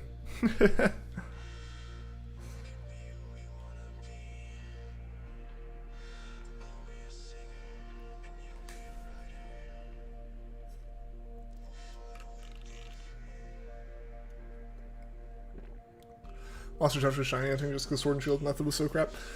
I mean, that's kind of the thing, and I mean, I think, like, I don't really know. I don't know if it's really Sword and Shield and, like, Let's Go to an extent methods to blame for not being super exciting to shiny hunt, or if it's really just that SOS was that big of a hit. Like, I really think SOS hunting was just so popular that it's like, it just made sense, right? Like, everyone, it was enjoyable to watch, it was super fun to do, the shiny rates were really good, so like there was a good chance that you could have like one stream or 2 streams where you were hunting one Pokemon and that was it, and then you moved on to the next one, and like a lot of the times the reason for like the second stream of a Pokemon happening is because you started the Pokemon in the middle of the stream before. Sword Shield got awful shiny hunting method, actually woke it up for you, went back and learned how to hunt in every game properly. Nice! Nice, yeah, I still want to do some hunts between Gen 4 and Gen 6. Every once in a while I'll get a burst of motivation and work on my shiny charm for Gen 6, but I think one of those bursts happened right before I moved, and then like I packed everything up, and like I just haven't quite gotten that all unpacked and ready yet. Probably once I beat Metroid and 100% that, I'll really get back into that. As far as like my casual non-streaming game of choice, because I am close to beating Metroid. I'm pretty sure I have like the transport open into the final boss arena. Like I literally think I just have to like walk up to the like button and press start, and I'd be starting the final boss fight at this point. But I've decided to backtrack and see how many of like the collectibles and stuff and all the items I can pick up before then, just so I can go into the final boss fight as prepared as possible. I don't want to go in with low health or low ammo count or anything, you know. Every game before that, you actually attempted to shiny hunt in and get shinies in them. Let's Go, Auras, you some Sun Moon, XY, some of the old games. Yeah, I haven't gotten XY shinies. I haven't done hunting that way. I've done Dex Nav, basic Dex Nav, but not a lot of it. Is your favorite hunting method? I want to do more of it. I really want to do more of it. I want the charm though. I think the reason why Sun Moon and Yusum are a lot of people's favorites is solely because of shiny hunting. Oh, absolutely. It's why it's my favorite. Everything else would point to Emerald being my favorite game, but Sun is my favorite just because I have so many hours in it, and it is what started my like journey of shiny hunting, and it is why I am here doing this. And it's like that counts for something. You're at the water level in Metroid Dread. Need to defeat a boss to get one of the areas unlocked, and it's so hard. I had issues. I don't want to say too much because I think you're past that. I don't want to say too much though if you aren't. But there was one of the bosses that I couldn't figure out. I was like at a dead end, right? Like, you know, kind of this was like, oh crap, I did something wrong. I'm missing something. You know, what did I do? You know, apparently a lot of people are thinking that they've soft locked themselves. And it's like, no, this is just how Metroid works. And it's how a lot of Metroidvanias work, where it's like, you do one thing and you lock yourself into an area until you find your way out. Well, it seemed to me I had locked myself in 98% of the map, and there was like a 2%, like, there was like one room I was just like unable to access. I was like, ah, crap, how'd I block the door for that? And I spent like 3 days, I think, just kind of casually, like for an hour or two, running around the map, trying to find out where I needed to go. So I think there was an active Emmy that I couldn't beat the Emmy. Like I could see where I needed to go to like deal with the Emmy zone, but I didn't have access to that part of the Emmy zone. And the problem was I saw several different spots where I just wasn't sure what like destroyed a block or how to destroy the block in general. And it would take like 10 minutes to get around to them. So I'd always like, there were like 3 or 4 of them. But I just kept like bouncing between trying to see if I could figure out like a different way to like access it, or if like there was just like a weird little pipe I didn't know how to hit or something like that, right? Well, turns out I had gone up to one spot where I was like, that was the way to go, and I had looked at it and gone, oh, I can't do that. It's like, oh, I can't go through there. Like, I literally looked at it, and then like one time I was just like, I should try this, and I sure enough tried it, went right through. Talking about Metroid Bread right now. Metroid Bread. I'm trying to think of good puns.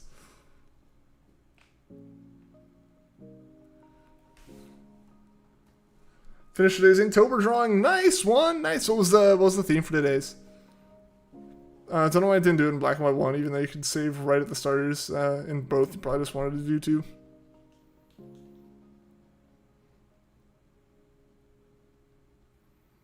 A stupid burb that took 2 years to get. Oh no.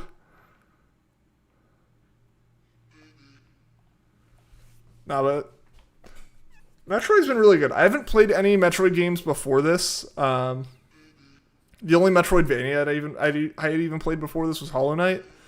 But I think it was just like 2 weeks ago. Yeah, it was like 2 weeks ago. I ended up at almost 3 weeks ago now. I stopped into GameStop to see if they had like any OLED switches or when they would get them. Just because, like I said, I want to get another Switch at some point. Ideally before BDSP, so I could potentially do dual Switch streams. But yeah, I didn't find one, but I was like, do you have Metroid? And like, yeah, we got a few copies. Like, I'll take one of those. And it's been a blast. I feel the desire to go back and play some classic Metroid games now. Gotta get on that Ori grind. At some point, I really feel like I'm gonna have to be in a mood to play Ori. Just given the relearning the control schemes. We've kind of talked about this, right? I think it was, I don't know if we talked about it on the last stream or like 2 or 3 streams ago, but sorry, my nose is itchy. But yeah, we talked about Ori and how for me it's just like the controls aren't tight. The controls are very loose, and it's definitely part of the style for the game. But that is something I will have to like get used to, as opposed to like Hollow Knight and Metroid Dread. Gonna be honest, you have Hollow Knight and you've not been able to get past the first place because you're so confused with Metroid Dread. You put 20 hours and you say maybe halfway through. All right. I definitely say Hollow Knight is worth finishing and worth playing through. I enjoyed so much of that game. Like I feel like it's a game where if you enjoy Metroid, you enjoy Hollow Knight. But I get that. As far as being confused and stuff, I understand.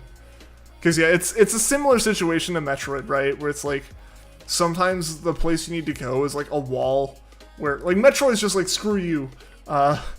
Is just start shooting at random things with a rocket until you see until it like looks like you can go through it, until it shows you what you need to use to break it, with like no indicator.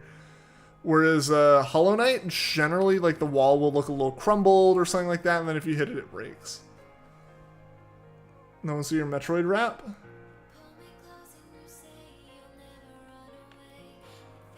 Oh, Metroid dead. Done Med's got that bread. But it's Metroid Dread, not dead. It's purposely loose because of Ori's character being very floaty and open.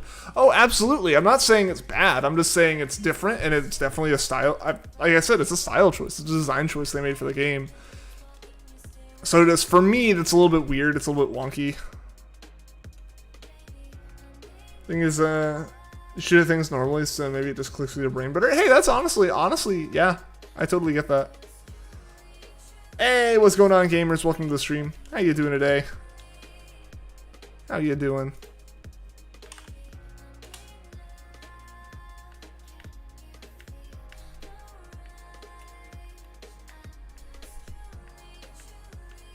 Come on. Also, guys, we're so close to hitting 2,700 subs. We're so close. We're six subs away from 2,700. If you know 6 people who would be interested in shiny hunting streams, let them know. Let them know I exist. Have them come in, have them sub. And thank you for all the likes on the stream too. I appreciate it. This pen just won't run out. I wonder if we can make it run out tomorrow.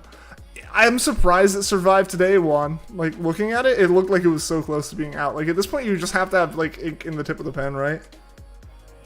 How's Mama Enigma, if you talked to her lately? She's doing well. She was actually over on Tuesday doing some stuff as far as getting some paperwork set up for her house that she bought. So yeah, she was using my internet because she's like in flux between like the house sold and all the closings happened on that she was in before, and like getting this one and all that stuff set up. Like, there's a couple of weeks where she's like at a hotel right now and didn't want to use hotel internet to like send a whole bunch of important financial documents, which I think was fair.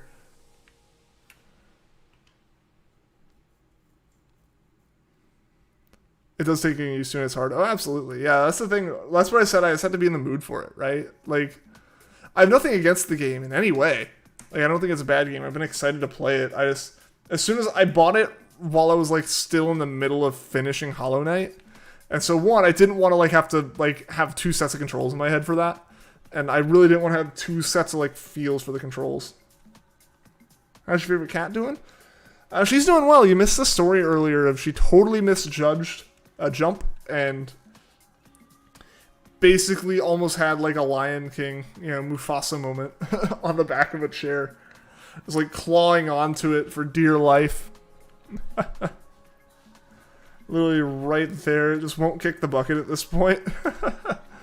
Surprise, there's a whole separate like pen's worth of ink inside the tip of the pen.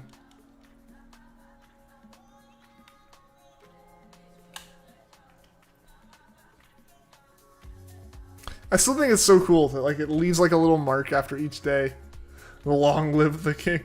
Yeah, so she like basically what happened as a short like summary of it. She tried to jump on the back of a chair, and to do that and be a little bit easier, she jumped on the cardboard box in front of the chair, or like between her and the chair, like as a little bit of a stepping stone.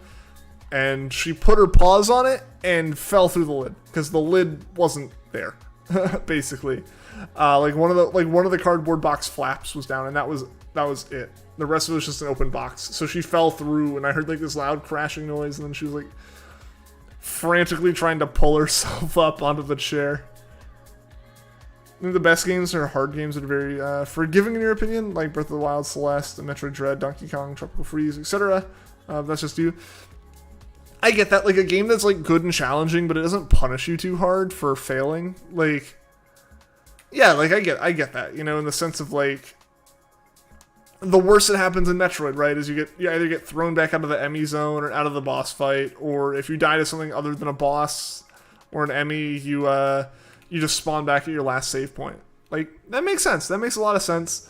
Obviously games have kind of gone away from the like true game over screens that used to be a thing, right? Where it's like game over, restart your game. So they aren't that punishing. They'd rather you try over and over again, but they're difficult, so like it's rewarding when you beat it. I get that. I can appreciate that. Poor Adele, but also very stupid Adele. I mean, it's cat things, right?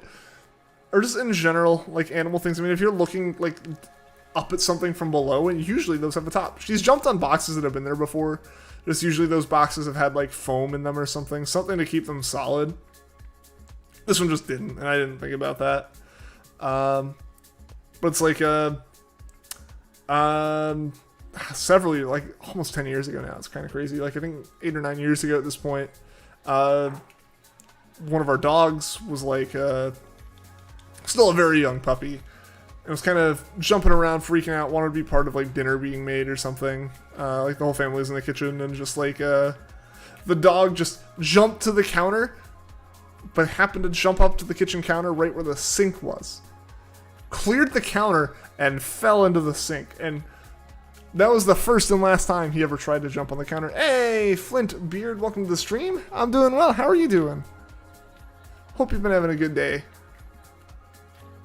Crash 4. Crash 4 is good. I need to finish Crash 4. I think a genuinely understandable critique of Crash 4 is it's a fantastic game to casually play.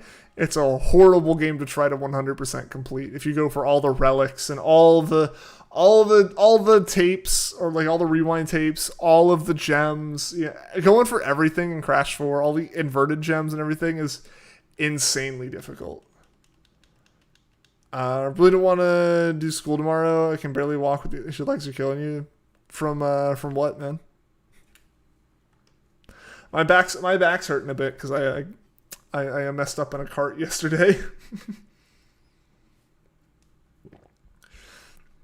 It's starting to get colder, which means the track is getting colder, and some of the employees are actually asking me to like try one of the carts that they had been running earlier, and they're like, confirm for us that it's like understeering. Sure enough, it understeered right into a wall. Doing pretty good, collecting enough stunky eggs for a normal full-out hunt. Best of luck with that, man. That's awesome.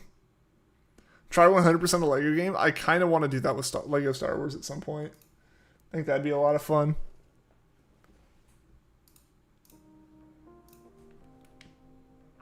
I think that'd actually be a really fun time. Pretty sure the completionist did a video where he 100% completes every game he plays and stuff, and I'm pretty sure this one he didn't want 100%, so he wouldn't hate the game. Yeah, I mean, that's just generally the thing I've heard with, like, everyone who's reviewed it is, like, it's great. It's super fun. I've enjoyed it, but it's, like, having the inverted version of the levels where you have a whole new set of, 6 gems per level. There's like the special relic for like completing it under a certain time with no deaths and like not doing all these other things, like all this crazy stuff. And it's just like, that's a lot to do. Like, I think it was like break every box, don't die, and get enough Wumpa or something, or like beat it in a certain time. And like, that's crazy. That's insane. Pretty sore because you're in wrestling and you go pretty hard right now. Accidentally give your partner a concussion. Oh gosh, I hope they're okay.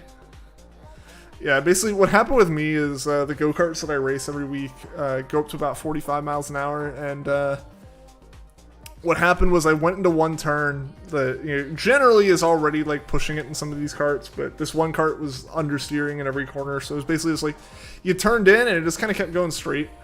You could kind of correct it and fight it with some lifting and braking and stuff, and I pushed it a little bit too hard into this one turn at about 45 miles an hour and turned it, and it just broke free at the wrong time, and the only way to correct would have been to slam the brakes, and so I did.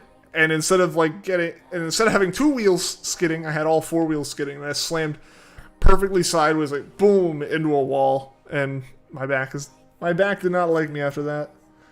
Crash 4 was sure worth your money, you'd say. I need to finish it. I actually didn't end up finishing it just because I think some other games came out, but absolutely, I need to finish Crash 4 as well. Honestly, I think what might have happened is I started streaming again, and that just kind of like took a little bit more of my time from that stuff. Ouch. I mean, it's all good. It's all good. I ended up racing another round after that. It was okay. I just kind of felt it in the middle of my back. Lego Indiana Jones is your favorite game right now? That was the one we had for Wii. Lego Harry Potter for DS is unironically one of your favorite games. Hey, that's totally fair. It's totally fair. Playing lacrosse. Ah, gotcha. You got slammed to the ground really hard today and running a lot, and it's not contact, by the way. Oof. Did they get called on it then? 100% Persona 5. See you in 2 years? Yeah, in 2 years I'll have a PlayStation to play it.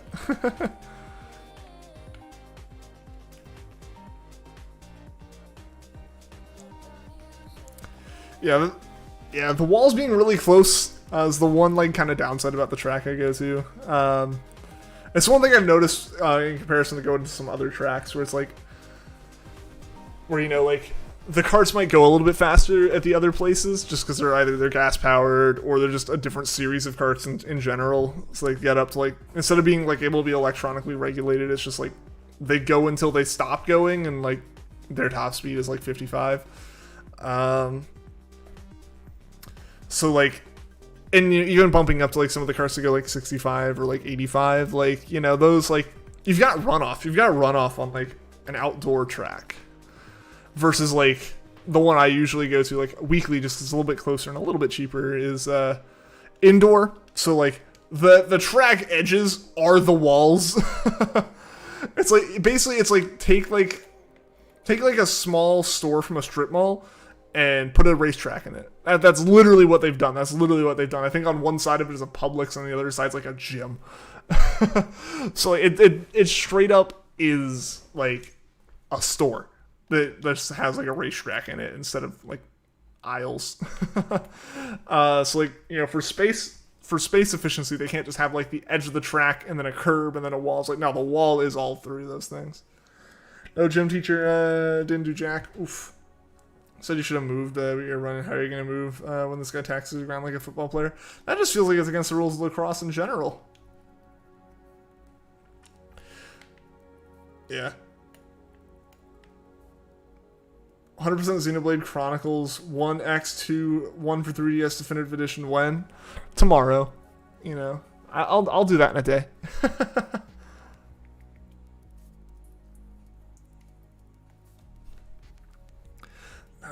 Metroid's probably the thing I'm 100%ing the next. Just because I don't know what percentage I'm at. I think I'm at like 64% total. It's because I kind of started ignoring items at points. Like, you can get in a pretty good flow with Metroid, especially Dread at least. I don't really know for any of those, but with Metroid Dread, you can get in a pretty good flow of like, you clearly getting blocked in certain spots, and then you find like your way to a boss, get a new ability after beating the boss, and it's perfectly for taking those things out. And then you just immediately rush back through that, and then like, as long as like a boss doesn't hang you up, like there have been a couple bosses that have just taken me a couple days to really figure out, because like, you know, it's one of those things where like I know to step away from a game when it starts to get frustrating now, and just like some of those bosses, like everything's avoidable, but some of them it just feels like the timing isn't quite right, or you know, I'm just like a little bit stupid about it or something. So you can barely move. I understand, man. I understand. Crash 4 was great before Activision was in the controversy. I already bought the game and paid for it. I'm going to keep playing it. I'm not buying any new stuff from them, but I already own that one.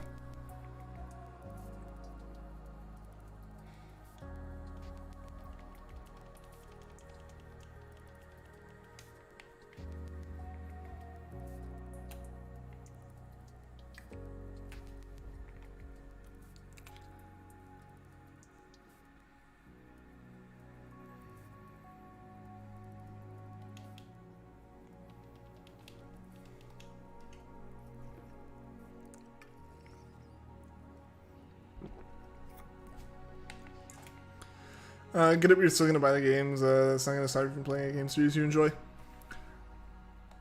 I guess it helps for me that like Crash was really the one series that I like truly was excited to see new games from. You sound lots of EV Mario Odyssey and indie game called Cosmic Star Heroine. As far as what? Probably no one's stupid, but so you choose. I mean, that's totally fair. That's your decision. It's your decision. It's not. I don't think it's anyone's place to tell you what to buy or not to buy. I'm not gonna drop because of that. That's the thing. Is like I already own it. I'll play it because I already own it. If I didn't own it, it would be a much tougher sell for me to buy it right now.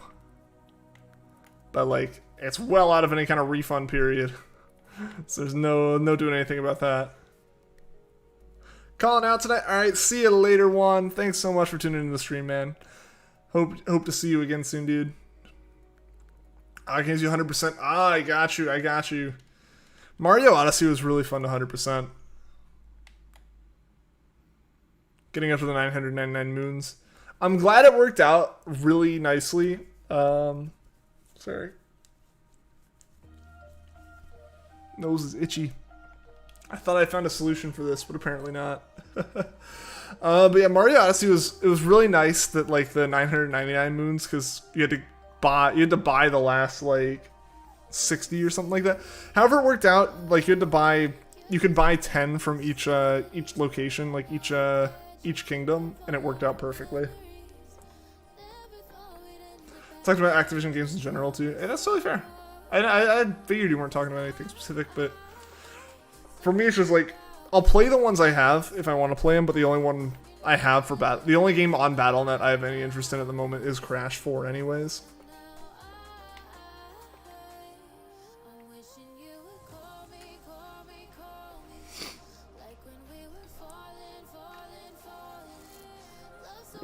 Already own Crash, Overwatch, Spyro. This means you won't play Overwatch and play. I don't know, that's when we're gonna play Spyro, because Spyro. Yeah, I mean, I have Spyro as well, yeah. But yeah, it's like that's the thing, right? Where it's like, I already own it. I can't return it. And like, in general, it's like, who am I hurt? Who am I affecting? I'm not affecting the bottom line by not playing a game I already purchased before any of this knowledge came out, right? Not gonna drop COD, because I mean, get it, you feel bad for the workers, but you grew up playing COD, too.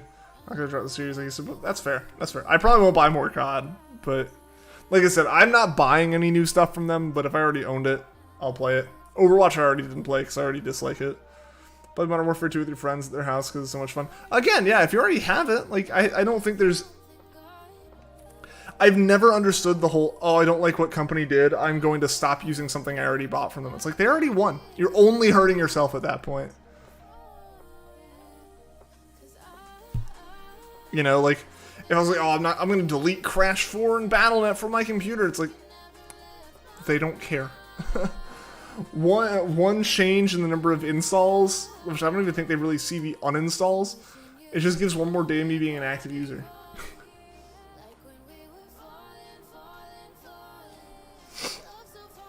Only reason buying Vanguard is because of Treyarch making the zombies. I got you, I got you.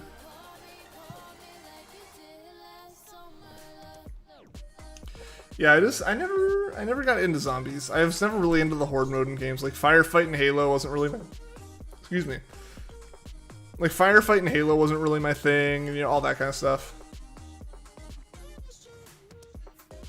Like the whole like team versus the environment kind of thing, like, wasn't really my thing. Like PvE, but like multiplayer PvE or just in general endless horde PvE wasn't really my thing.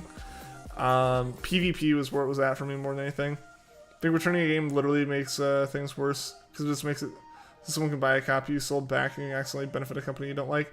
I mean, returning a game, like, is honestly, that's fine, because at the end of the day, it just nets out, right? Like, you put your money, you get your money back, and if you return a game in the period where, like, if you return a game or sell a game or do anything like that, I do not want this because of what they did. Like, that is a potential sale lost for the publisher.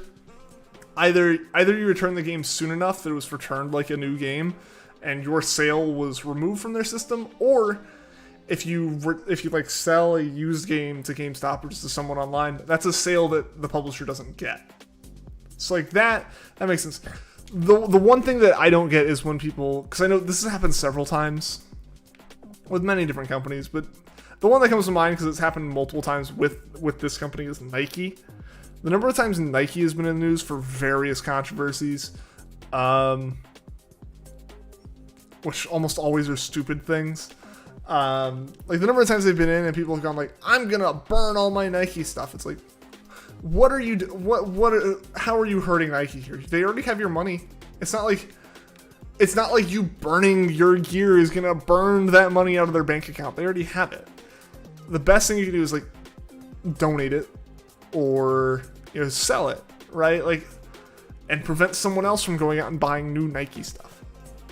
I only returned one game in your life and it was Mario 3D All-Stars. Really? Really, just not a fan of it? Cried when the original Zombies crew said goodbye to all of us.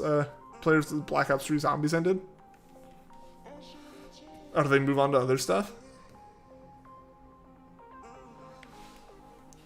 Yeah, I mean, I enjoyed 3D All-Stars. The one game I ever came close to returning, or not returning, but selling, was, that wasn't, like, returned for a reason that just, like, you couldn't do anything about. Like, because we returned a couple of games at points just because, like, we bought a used game from GameStop, and, like, it was scratched to the point it was unusable, or, like, stained, or so. I forget what the case was, but, like, there was a game we bought and, like, returned the next day, because, like, it literally wouldn't boot up in the system. Like, oh, man, that's weird. Or my whole thing with Manaphy eggs from Pokemon Ranger. That was a separate situation.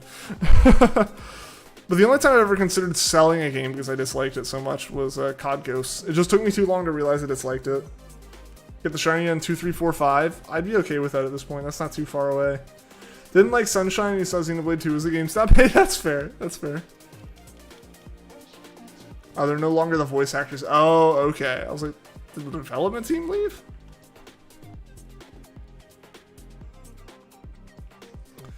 You grew up here in Tank Dempsey say, hey player, get me some ammo.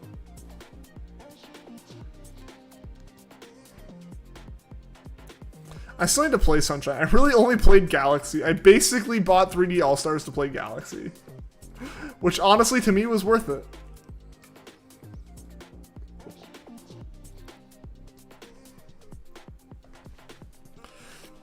Yeah, I like 120% Galaxy. I need to play it again as Luigi. 120% as Luigi. Then what else? What else would I be doing? Oh, yeah, I still need to play 64 in Sunshine. I played a little bit of 64. Me not having played 64 as a kid kind of made it a little bit harder to get into.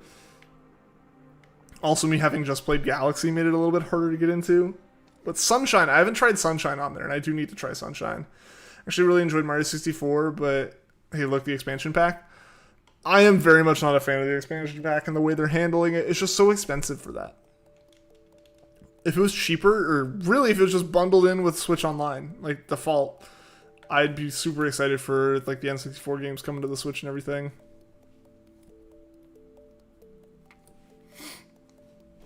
But I don't know, the price of it just feels like robbery, honestly, like highway robbery. It's insane. Especially for how just like inferior Switch Online services in comparison to you know, Xbox Live or PlayStation Network or anything like that.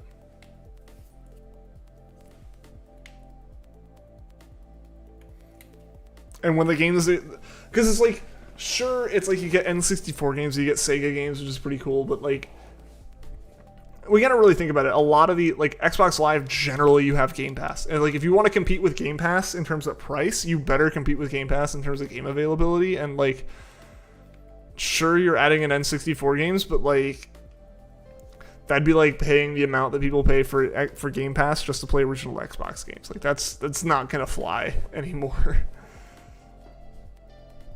It always broke the fourth wall. Nice.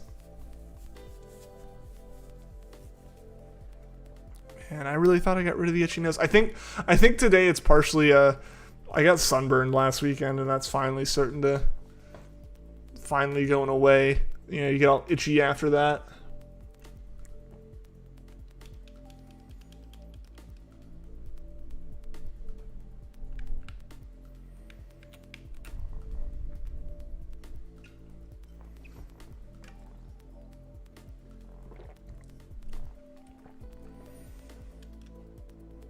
I can't believe we haven't found Duskull, guys. This is crazy.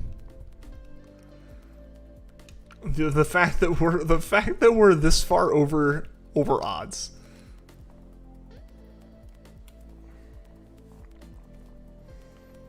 Not a fan, but I think personally you can pay for it.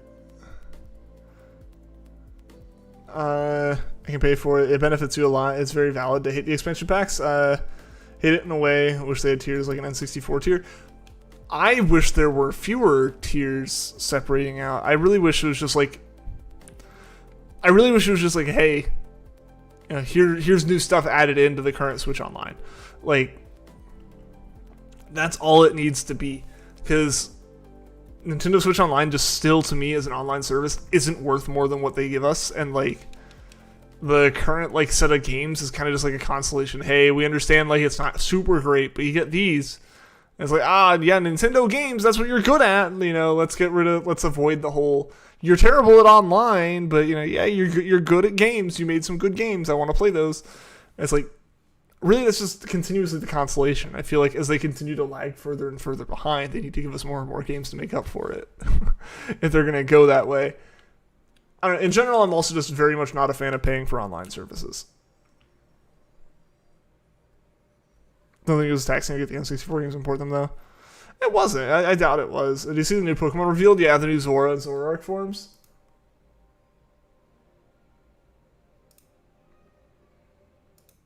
That song's way too quiet. There we go.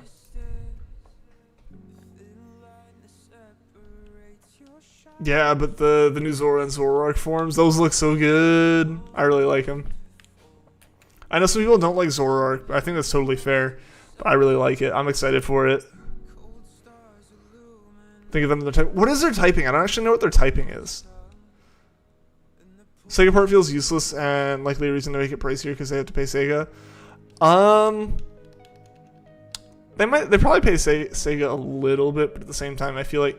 So here's the thing, though. Here's the thing. Like, part of why it's kind of useless, and part of why people are like, why is this what's making this more expensive? Is like Sega just releases those games and collections as physical copies for less than what a year of like the expansion pass costs. Like, you just straight buy those and own them and not have to pay a subscription fee for them. Ghost normal. Interesting.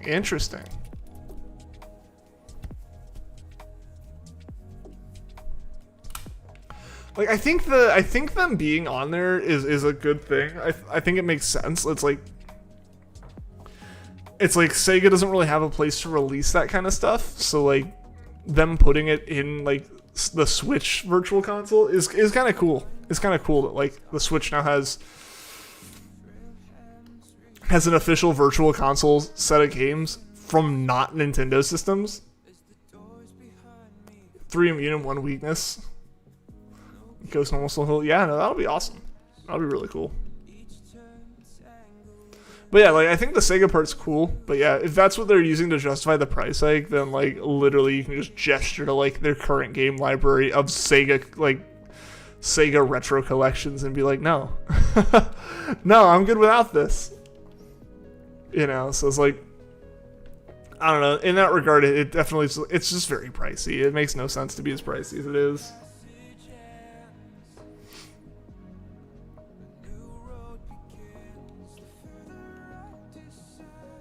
Its only weakness is its old typing.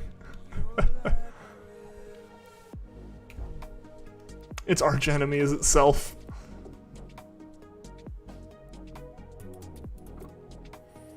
I mean, that is a pretty solid typing. I'm wondering if it's going to get any special moves or anything like that. Will Zoroark still have its ability? Will Zoroark have a different ability now? That'll be interesting.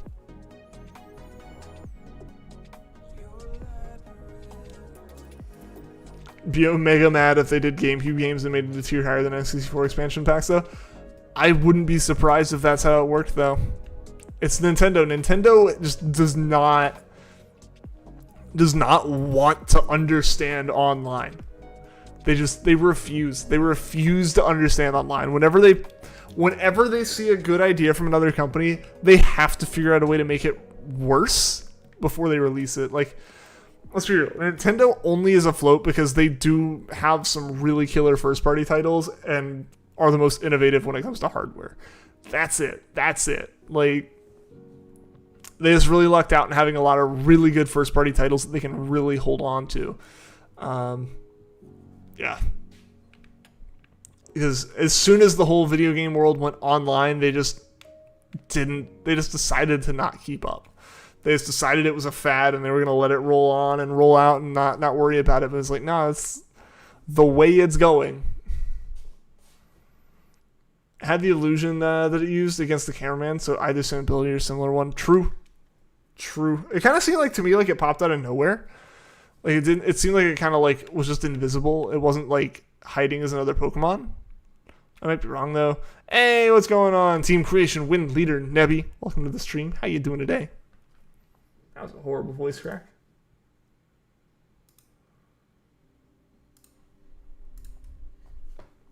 Sleepy Sudden has entered chat. Getting tired, man. I mean, getting hit like that's hard. I think next console is honestly going to flop, though, if it's not a pretty graphically intense system. I don't think so. I don't know. I don't think so. It's going to have to be powerful for no other reason than Nintendo finally made a system that third-party developers wanted to put their titles on. Like, Nintendo finally kind of was like, hey, we're going to get third parties on here. We're going to like truly try to get third parties on here. We're going to avoid having a situation like the Wii U where like the only things that came to the system and the only things that knew how to use the system were first party titles. So I'm really sorry that my nose is so itchy, guys. Shouldn't have to see me in this state. But like that was kind of the problem Nintendo always had. Even on the Wii, like they got really crummy ports or just random, you know, dollar bin clearance games. And that was about it. Like they had basically the Wii had a bunch of shovelware and a bunch of first party titles and not really a lot in between. And that's kind of always been where Nintendo is. Like maybe the GameCube wasn't quite that way. Like at least since the Wii onwards, that's how it's been. And Nintendo finally kind of corrected course with that with the Switch. But if they don't actually release like a beefier system soon, like in their whatever their next console is, if they don't release a beefier system, the third party is going to move on again. Hey, Gelq, what's going on? Welcome to the stream. How you doing today? Zoro and Zora can make hyper-realistic illusions, which would explain the ghostly illusion knocking the cameraman down. True. You're bored? Well, hopefully the stream can help entertain you. Hopefully me not finding a shiny is entertaining. I think the Wii was a negative influence on Nintendo, even though you love the Wii. What do you mean by negative influence? Because I mean, basically, I feel like what the Wii did was it gave Nintendo a really solid place to sit in the gaming market that has let them be very comfortable, which I guess like them being super comfortable isn't necessarily great, but it has put them in a very healthy place where Nintendo will always be able to be around as long as they continue to kind of follow that, kind of follow in the footsteps of what the Wii kind of showed them, which was the GameCube flopped because it was going up against Sony and Microsoft, right? Like you were going up against the PlayStation 2 and the Xbox, and those two just ran away with it. And the GameCube just couldn't quite keep up. So what did Nintendo do? They literally repackaged GameCubes into the Wii cases. Like the Wii is literally just a modified, like a rearranged GameCube circuit board with like Wiimote connectivity added in. That's what it is. It's a GameCube with a bigger disk drive and motion controls. And it sold incredibly well because they marketed to everyone. They didn't market to gamers, they marketed to everyone. And that's kind of where Nintendo's continued to market, which, yes, can put you in a situation where it's like, all right, they're not marketing right, or they're being lazy, or they're not, you know, going after the right market or whatever. But it's put them in a situation where they can just be super comfortable, and almost everyone, when no matter where you land on like, oh, I have a PC, or oh, I have an Xbox, or oh, I have a PlayStation, like if you have multiple systems, you have whatever you prefer and a Switch, right? Like Nintendo has nailed that. They've nailed that very well. Whereas like it's not a competing product. Unless it was the Shadow and Ghostly thing. Like that's kind of what I think it was, right? Like I would almost think it has like a bit more of a ghostly ability to it. Only Pokemon games on Wii were Showdown, the Battle Revolution, and the one where you were a Pokemon. True. I also have my opinion that, I also have my own thought there. Basically, take the whole situation where, like, Nintendo does very well because they don't quite aim for the same category as PlayStation and Xbox. And apply that to Pokemon and home consoles versus handhelds. I think Pokemon did very well for itself because it was never being compared to Mario or Zelda. Or if it was being compared to Mario or Zelda, it was being compared to, like, the mobile versions of those. Your body feels broken. Get some sleep, man. If you need sleep, you need to rest. Definitely go do that. You know, don't need to stick around, you know, just for me or anything. But yeah, so I think I think Pokemon coming to the Switch and having to meet like heavy hitter versions of Mario and Zelda just completely showed the cracks in like Pokemon's like style, you know, or like their development. Have I hunted in Heart Gold? I did a starter hunt and I got a shiny Chikorita. I didn't do it on stream, but I did hunt for a shiny Chikorita. It was a run of success and a great gimmick. think it fell off quick because of the casual market. I think they got too cocky, would say. Thinking the casual audience would keep buying. I mean, I think that kind of what happened for them is everyone had one. Like, they managed to sell their entire market very quickly and just blew sales records out of the water. And then, yeah, they did kind of end up in a situation where I think it's like everyone had one. If someone didn't have one and they wanted it, someone they knew had one that they didn't use. And you could just, like, do that. You didn't have to go buy a new one after a while. I think Nintendo definitely is very blind to the past. And to the future. Nintendo lives in the present. As far as, like, from a overall company perspective, I feel like they just kind of live in the present. They don't really look ahead. They don't really look back. The developers are different. I'm not saying anything like Miyamoto or Sakurai or like any of the developers for their main big series. I know like Sakurai isn't technically Nintendo. He's like his own whole thing, but you know what I mean. The developers I think are fine. I think it's like just the overall structure of the company. They tend to be very focused on if they're in good times, they're in good times. If they're in bad times, they're in bad times. And when they're in bad times, they have a fire lit under their butts and they kick it out of the park, right? Like they knock it out of the park. They make the Wii. They make the Wii because the GameCube didn't do too well. They make the Switch because the Wii U didn't do too well. But they also made the Wii U because the Wii did well, and they just were very lazy about marketing, and it didn't work for them. But they just kind of, they ran with it, right? They didn't really do anything, you know? You got Cynical. Hey, that's awesome, Jake. That's awesome, dude. Yeah, that Heart Gold Soul Silver Starter Hunt is a really fun one. They own Astral Chain instead of Platinum Games, and you feel scared for that series because that means Astral Chain won't be very consistent.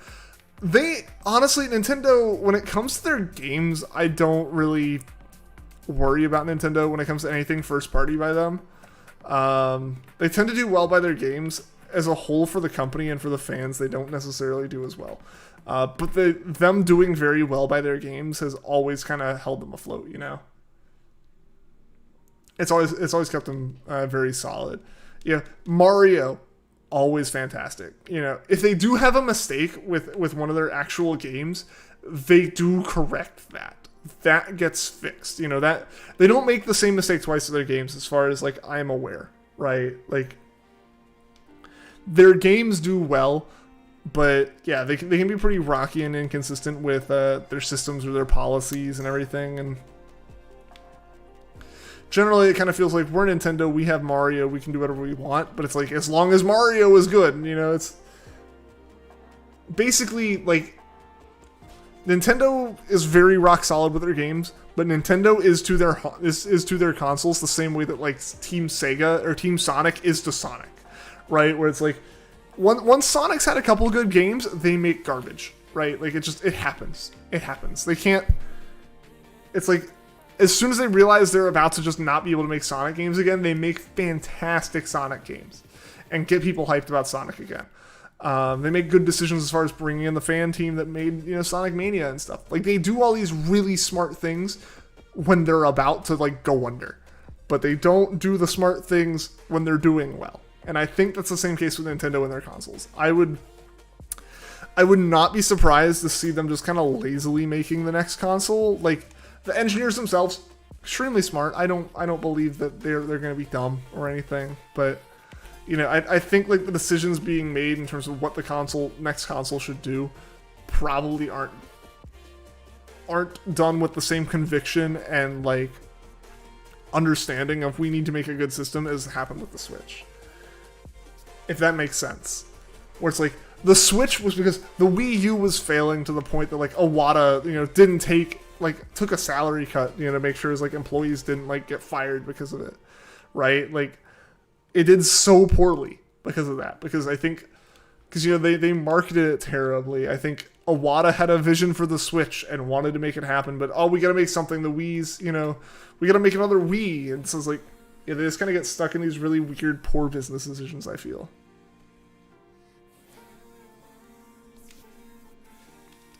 So yeah, that's my rant on that, I guess. So I don't know how we should look at whatever the next Nintendo system is. I think the fact that now it has merged into a hybrid handheld and home console, unless they split back off from that, I think they'll be pretty solid. Literally all of their games are on there. The 3DS kept doing well because Pokemon was on it. So what if Pokemon's on a system and like the main Pokemon games are on a system, it's gonna do well. You know, like there's no way financially a system that has Pokemon on it is gonna do poorly.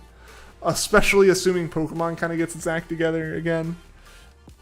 So really just as long as, you know, Pokemon or Nintendo have their act together at any given point, and it's not both of them floundering. That's a while away, next console. I mean, yes. Unless they don't do a Pro model. Unless they don't do like a like internal refresh. Kind of feels like it needs to say hybrid in some capacity. Probably. I mean, assuming they...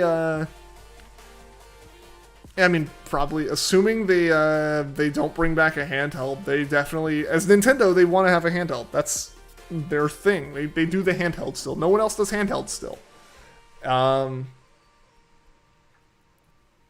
You know, like the only thing that's handheld now is mobile phones, right? Aside from like people still carrying around the occasional 3DS and like Switch hybrids.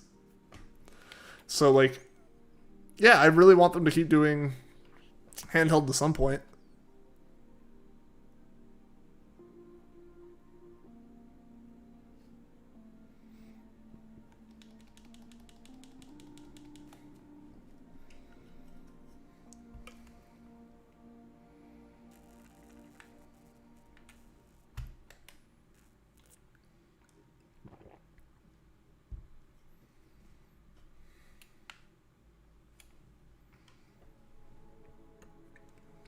But yeah, I definitely think that the next console is like not something that we're talking about right now. It's in development. Whatever it is, it's in development at the moment, but that's the thing. It's in development. It's not even ready to be like shown off. Either have hybrid or handheld and console. Handheld is just too good to let go, in your opinion. Same, I agree. I think, unfortunately, like, we're in the majority of this chat and every other, like, Shiny Hunter or the Pokemon community as a whole, but the minority overall, right? Like, most people are like, I have my phone, I don't need any other game console, or like, at this point, you know, like, you know, the kids who would have like the Game Boys or the DSs have like tablets now, and just like, but like, game system, it's dedicated to this. I don't want it to, I want it to be very good at doing games. I don't want it to be like, I want it to have buttons. I want it to have joysticks. I want it to, you know, like, you know, I want that. I don't want it to just be a touchscreen.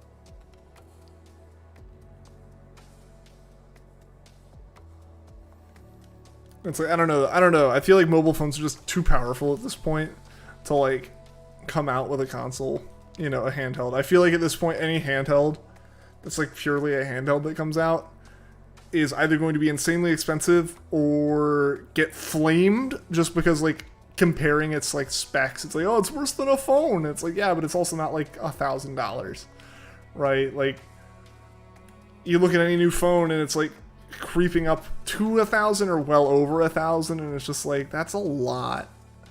That's a lot of money, and I don't think you're gonna have people pay that for like a game console. You know, it's like that like $200, $300 price point. I think is always gonna kind of be that price point they want to hit with like a true handheld if they have like a home console system. That's why I don't know. I don't see them going away from the hybrid system.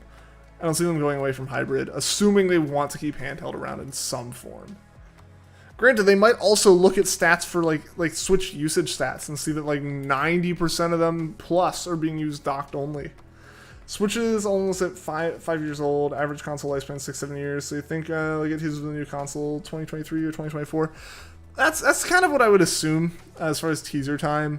But there is the chance. I mean, recent years, you know, we've seen like all the like pro versions of consoles come out, which extend the life of the console some, in terms of an internal spec bump, so a couple games can come out a bit more powerful. But I don't know. I don't want Nintendo to do that.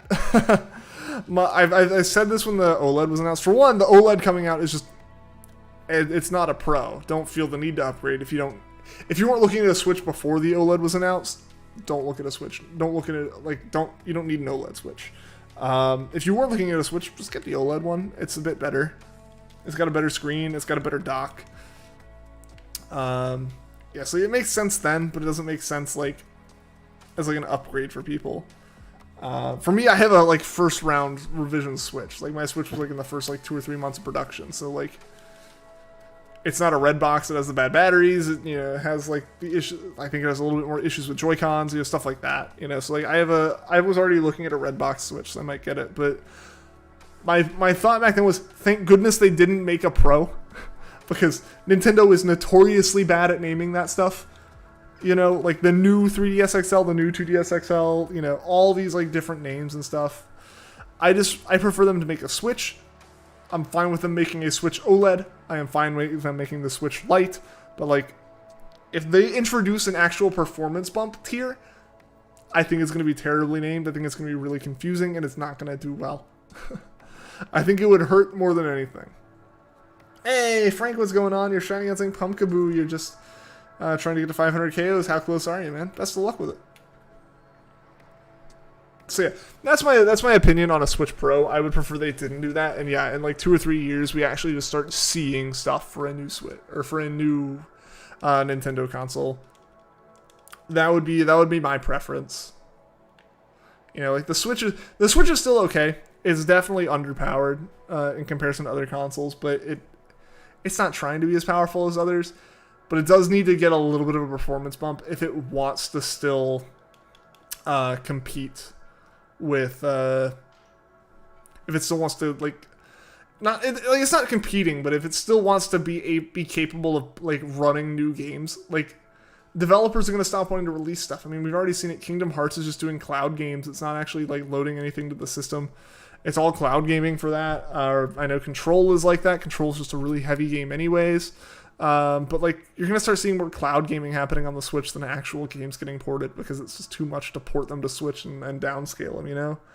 So yeah, so that's the kind of thing where it's like, if we did get a Pro model, at least it would save us from having a bit of that. We could get more physical copies of games. Yeah,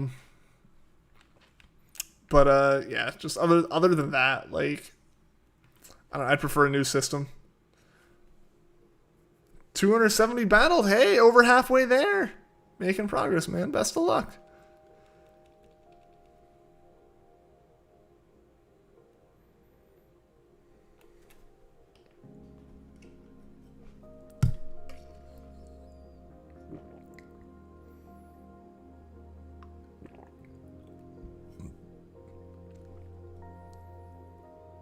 Don't think Kingdom Hearts 1.5 and 2.5 needs to be a cloud version, in your opinion? Well, that's the thing, right? Like, they don't need to be. They could definitely be ported to it, but when you're porting down like that, because basically they're just trying to take like ports from like the PlayStation, right, or like PC, and bring them down. And it's like, it's just easier. It's easier for them to do cloud. It's not necessarily technically more necessary or anything, but it's way easier for them to do cloud than it is for them to do anything else. Because they can literally just like spin it up on a PC server now and stream it to you, as opposed to having to port it to the Switch and make sure it performs well. But yeah, it stinks. I'd prefer them not to do cloud versions of things, but that's where we're at. This is in general, I don't know. I like being able to own games, and I like being able to physically own games.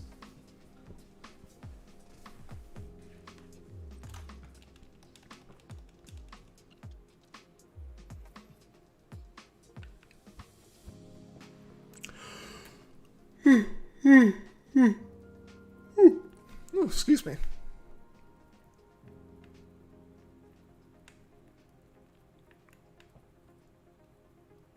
Come on, Duskull, please be shiny.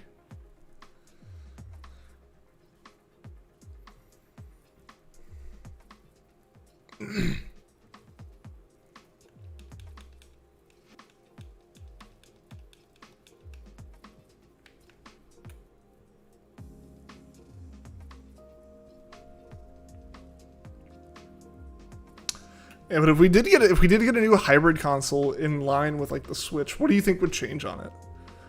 Because like the thing is, like, the form factor of the Switch works really well. I think, like, realistically, I would be happy just with like a Switch that had like improved Joy-Cons. Like, if it came with improved Joy-Cons that didn't have drift and was just a little bit more sturdy, but like the generally same shape, I'd be okay with that. This is random, but might try and get Pokemon Snap or Mystery Dungeon Red Rescue, to be honest. That'd be cool. I still need to play Snap for Switch. I bought the new Snap, and I just never played it. So I still need to play that.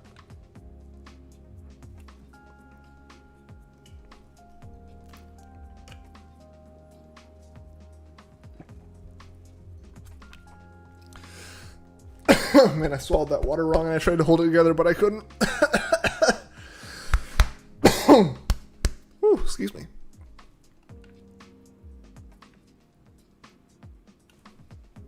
Switch Sims, it's 40 where you can smell the game. Exactly what I need. Sleepy Boy Sudden is still here, just body dying, can't move, I'm hurt. Get some sleep if you need it, man. Get some sleep.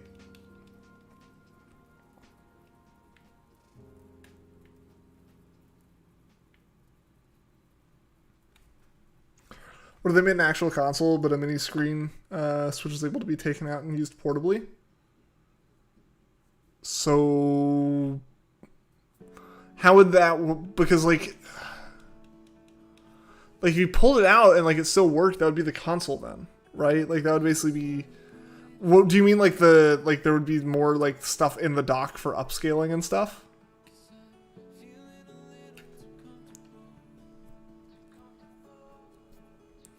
Because the two things there is either, yeah, you have like a dock that has a little bit more power to it, and the Switch does that, or it seems useless, but what if the actual console made it able to hold a ton more and have more quality? Okay, yeah. So like, if the dock had more circuitry in it, if the dock basically had like a GPU in it,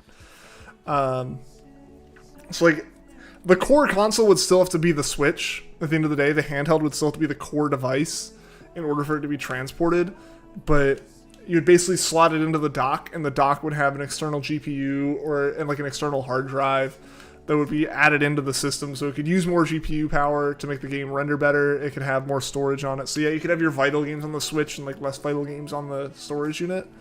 Yeah. Because your option is either that or a Wii U, right? But yeah. So I see what you're saying, Flint. I see what you're saying. It's I don't think it's useless at all. I think that's like, honestly, I feel like that's the direction a Switch Pro should go in. It should just be like a Pro dock, right? Like, I don't know how hard it would be for the Switch architecture to like accept that as it currently stands, but it'd be really nice. It would be really nice if like they could just come out with a dock and it's like your current Switch slots into it. It just renders it higher, you know. Not leaving until stream ends, and then after you have to wait for an Australian Twitch streamer to stream so you can give him watch time, and gonna have to go to school anyways tomorrow. Not gonna be able to stay home because your mom says if you're not dying, you can't stay home. I thought you said you were dying though.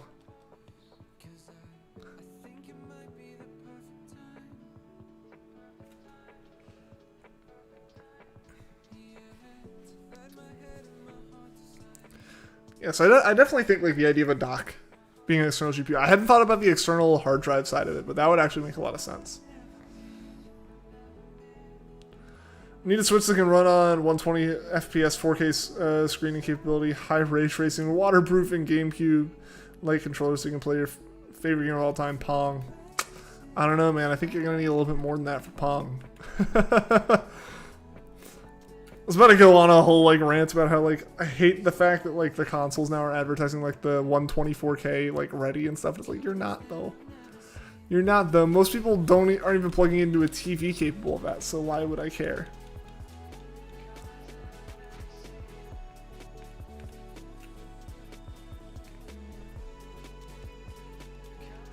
The HDMI has just barely hit the point where it can handle that kind of signal. For the longest time, you had to be running DisplayPort to get it like anything over like 60 FPS 4K. People assume you know what 720p is.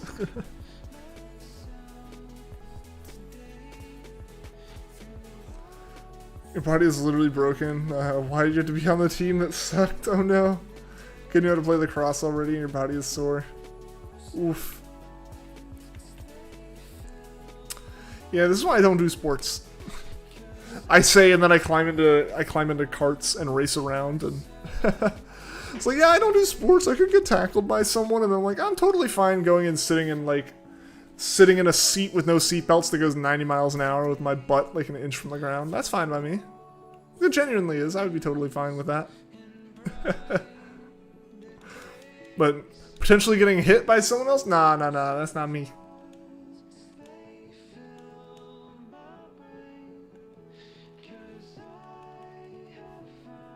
Not your fault, it was gym class. Man, we just played like Foursquare and like Ultimate Frisbee in gym class. Or dodgeball. Dodgeball was always fun. Dodgeball and kickball were my favorites.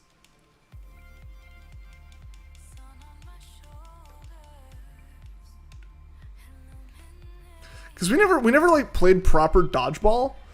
We'd play a game called Cone Ball. I don't know if anyone played this. Basically, like 3 bowling pins were set up on each side. The actual goal of the game was all the dodgeball rules, except for like the goal was to knock down the three pins. It wasn't to like take everyone out of the dodgeball game.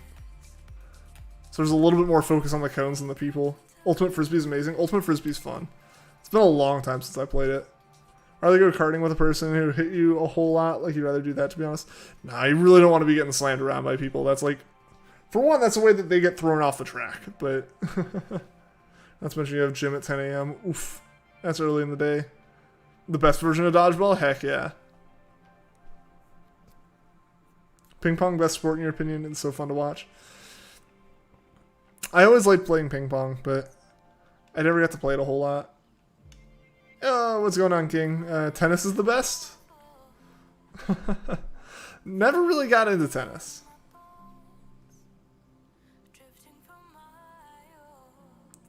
Yeah, most of the sports I played were either in gym or my neighbors were always like super big athletes, so I would play like basketball or football in their yards with them and usually get crushed.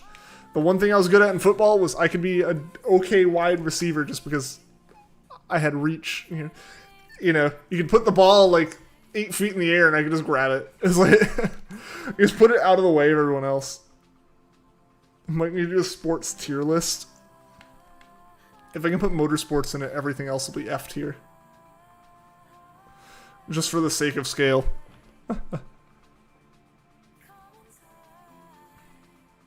Tennis versus table tennis, dun dun dun. I mean, I wanna see a normal tennis player return a table, right? Like, I mean, they're just used to returning a ball. Imagine getting served a table.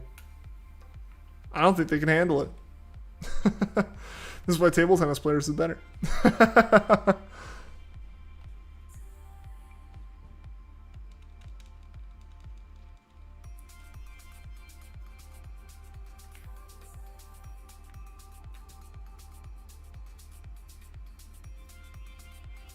People think bowling is a sport.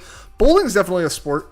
I think, and I would say this isn't really the case here, but because bowling definitely is a sport, and I would say like people who do bowl like a lot are professional athletes. Like if you're a professional bowler, you are a professional athlete.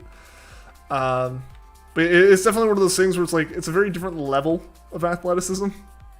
There's a lot more strategy to it, and a lot more skill. I mean, obviously there's skill in all the sports. I'm not saying there isn't, but there's a lot more strategy to it. You have a little bit more time to think, and it's you and a ball versus like some pins and physics. It's not you versus another person, right? And I think that's a little bit where the disconnect can happen.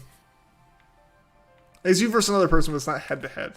It's like you're each kind of going. You're not like running into each other or anything.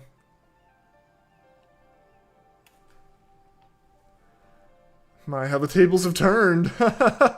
Good luck returning an entire court. Good luck serving it. But it's not court tennis, it's tennis. It's table tennis. So clearly that just means you're playing tennis with a table.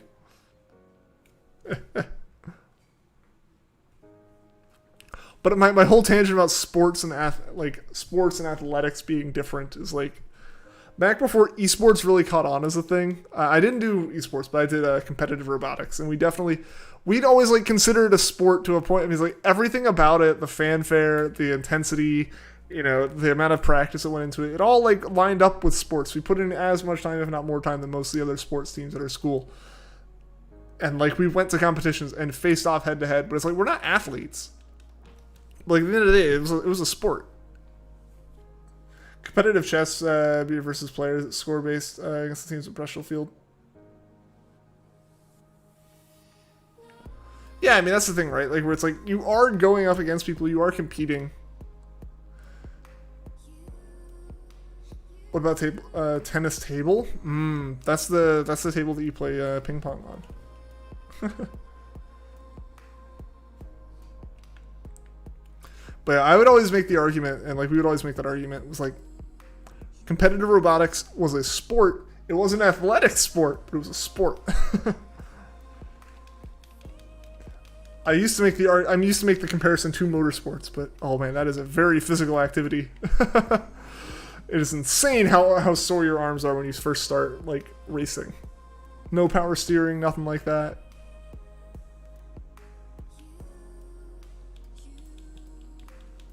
It was crazy how sore my arms would be after those first few weeks of racing. Now it's not so bad, but it used to be like horrific. Dad once asked why you watched someone play a game you weren't playing, and asked him why you watched football even though he doesn't play football, and he never brought it up again. Because that really is like the response though, right? Like, it's like in some ways it's just like watching an entertainer. If you're watching someone play Minecraft in like a situation like Hermitcraft, you're not watching them for the competitiveness of it. You're watching them because they're good at the game, and you want to see them be good at the game, and like generally they're very entertaining. They tell jokes, or they're just very talented in their building. And that's the same thing as watching like Bob Ross in those circumstances.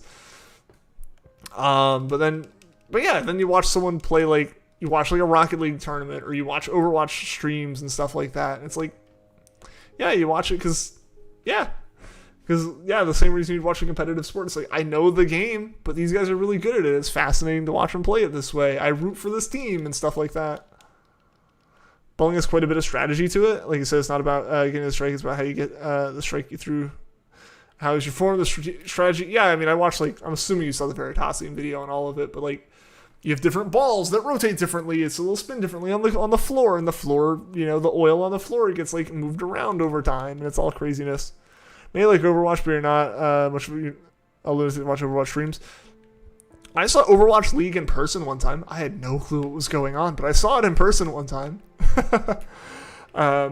My friends who came with me, because I had like 4 tickets, so I just brought 3 friends with me. They knew what was going on a bit more. I did not. I don't even like Overwatch. I didn't like Overwatch then. I didn't like playing it. It was a little bit more entertaining to watch and to have a team to root for, but yeah, that was a fun time. Well, some people can afford games. Yeah, I mean, the same thing with the sports too, right? Like, some sports require a lot of crazy equipment. Motorsports being one of the big ones. It's insane how expensive even used stuff is for the bottom tiers of motorsports. It's crazy. But it's fun, and like it's fun to watch still. I can pay to watch F1. I can't pay to do F1. I can barely pay to do karting. Just Belmont has a very different form.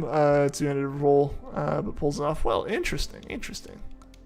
Yeah, because I know like Mel's little brother did a lot of bowling for a while. I don't think he still does it. I think he does some other competitive stuff now. I think COVID might have changed him doing that or whatnot. But yeah, no, I remember that. And yeah, there's a lot of stuff that went into it. There's a lot of practice time. There's a lot of strategy. Start a Smash Club so you can do tournaments. Do it. All I can think of for chess as an ultimate sport is the concept they had in Harry Potter.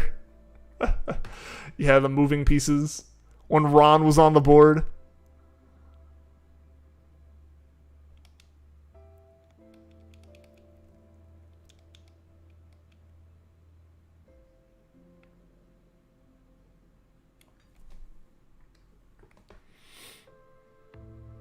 Guys, we're so far into this. We passed the 2, 3, 4, 5 that was predicted earlier. We're coming up on the number of subs I have. We're gonna have encountered a Duskull for every sub on the channel soon. No, rip Flint's prediction.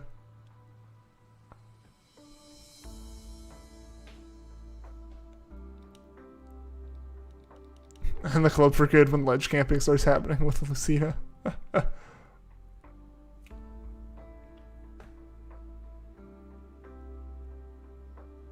Didn't even realize your past prediction. Dude, it's...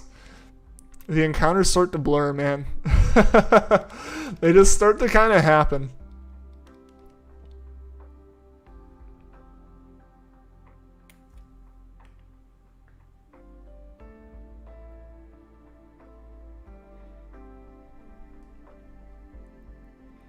Four, 3, 6, 2. Oh God, please no. Please not 2,000 more encounters. We're already way too far over this.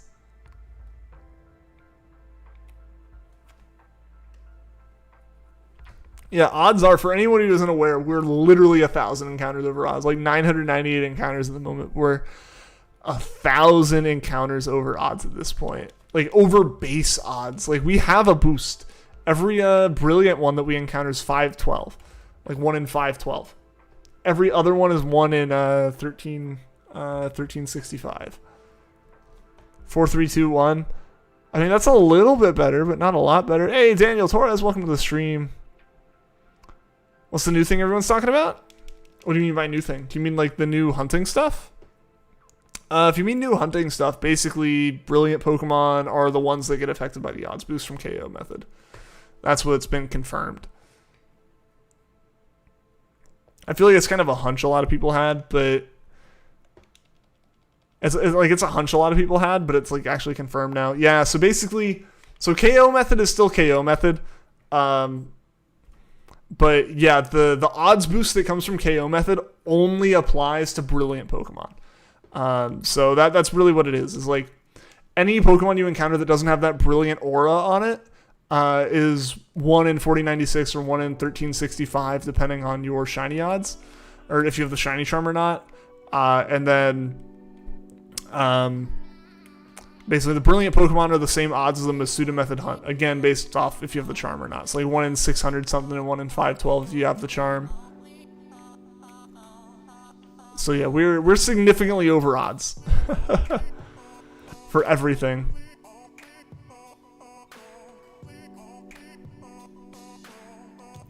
I mean, bowling is expensive, and Belma didn't quit. He's still professionally plays. I didn't say anything about him quitting. I don't know when I would have said that. I don't know anything about him. 600 at base Masuda odds. Like if you don't have the charm, and you are in a Gen 6 game or newer, so 1 in 4096 is the base odds. I think yeah, Masuda method comes out to like 1 in like 630 or something like that. And Daniel Torres, thank you for the sub. I appreciate that. Yeah, KO is just kind of the most boring method. It really isn't the best.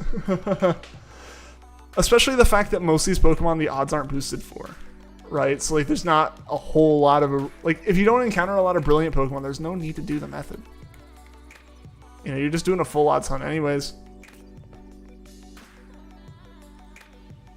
Minnesota News Site said it was 1 in 1300. No. So 1365, so I just kind of say 1300. 1365 is the base odds for all hunting, assuming you have the shiny charm.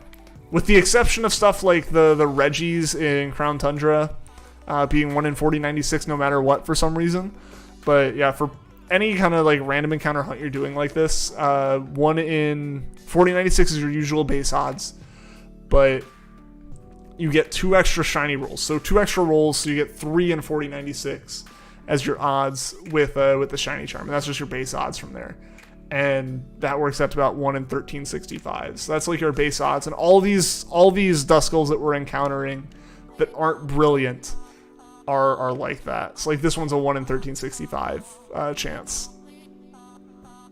Said something happened, don't remember anymore. I'm too broken for this. Where am I from? I am from the US. The eastern part of the US is generally about as specific as I get with that. Don't know if this is a hot take, but you think the top 3 shiny amethysts are 3 Dexnav, 2 Safari Hunting, 1 SOS. And hey, congrats Tegan on the shiny male Frillish. That's awesome, and congrats on catching it. SOS definitely the top. I would actually not say Safari Hunting personally, but that's because I like catching everything in Pokeballs. So catching in a Safari Ball, I would not like to do. And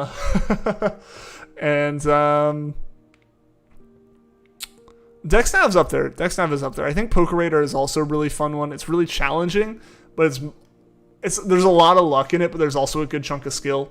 So I think Pokeraider is also pretty fun.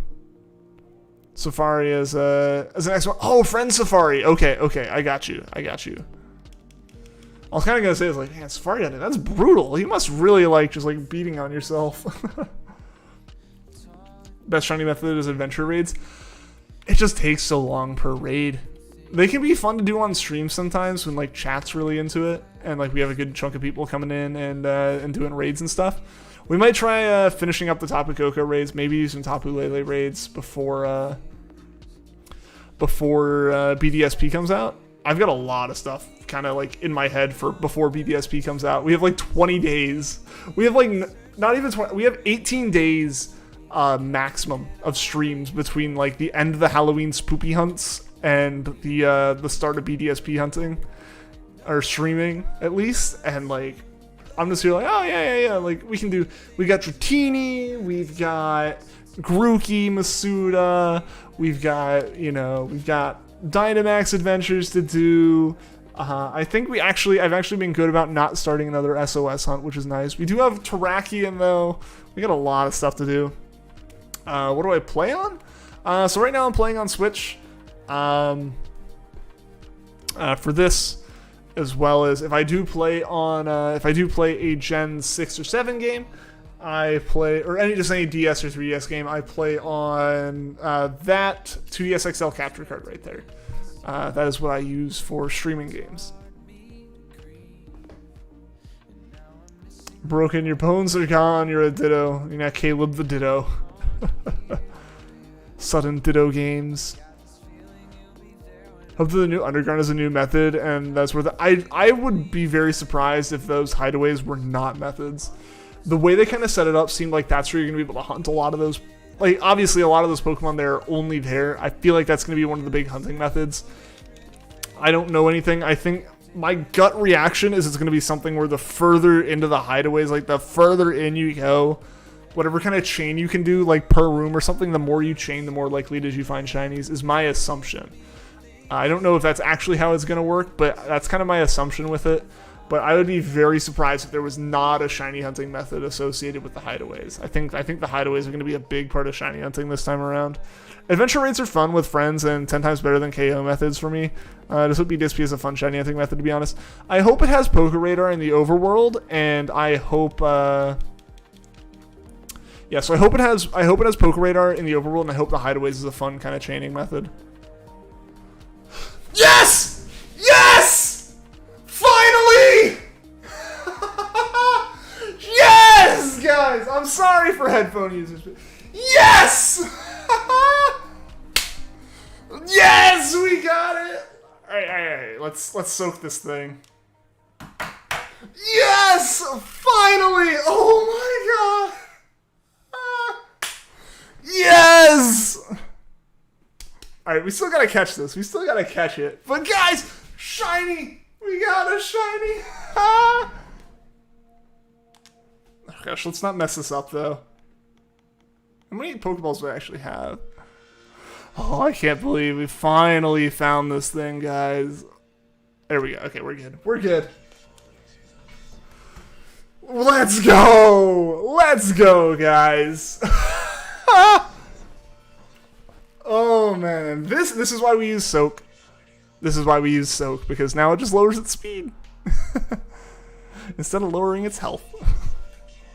Hopefully, it's a good sign for you. I hope so, Flint. I hope so.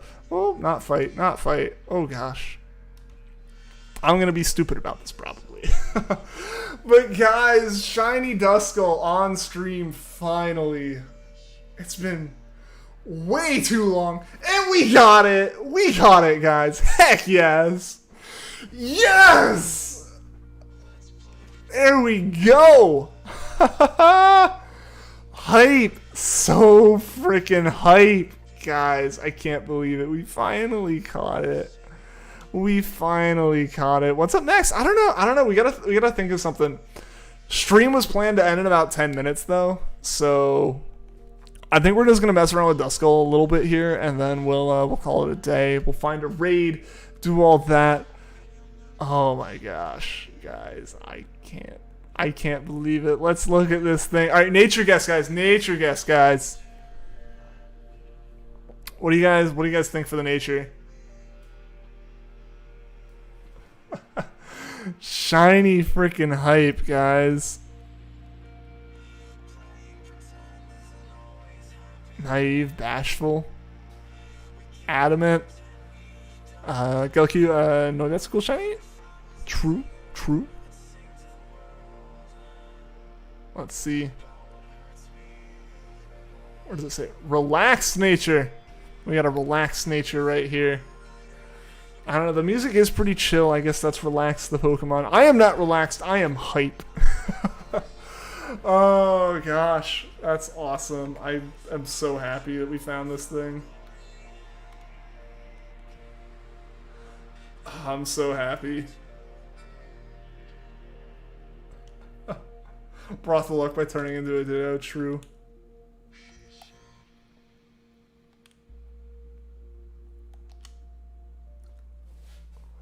Forgot relaxed exists as a nature, to be honest. Fair.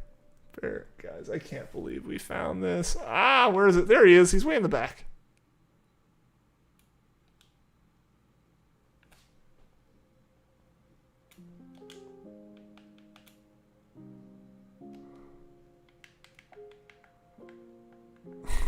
Hey, how many shinies do I have? I don't have an exact number. It's somewhere over 200 through all of my games.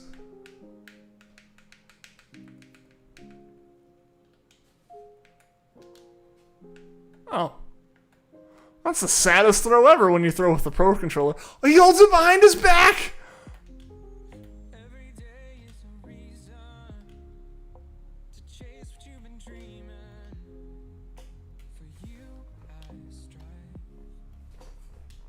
Okay, if I hold down, it throws farther. Go get it, Duskull. Oh, come on. Seeking helped us with that. Seeking deserves that throw.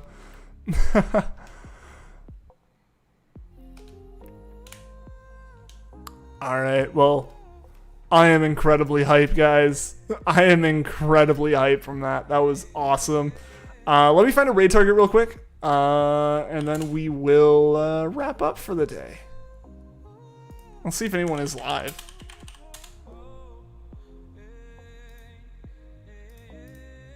Is anyone live? Alright. Alright, well guys, that's where we're wrapping it up for the day. Duskull finally found after, like, gosh, so many streams. We're almost all the way through October, and we finally found our first, like, ghost-themed shiny for the month. So, again, thank you guys so much for being here. Thank you to everyone that liked, everyone that subscribed. And so big thank you to everyone for being in chat and being here for that ridiculously long hunt. I'll be back again tomorrow. I'll figure out what we're going to hunt tomorrow and get that all set up. So until next time, guys, thank you again for being here. And yeah, take care.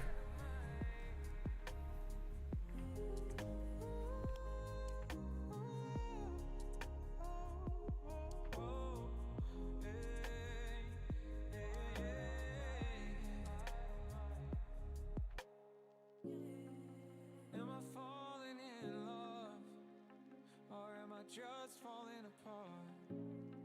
The king's horses and men couldn't mend what is left of my broken heart. And now I finally realize it's what keeps me in line.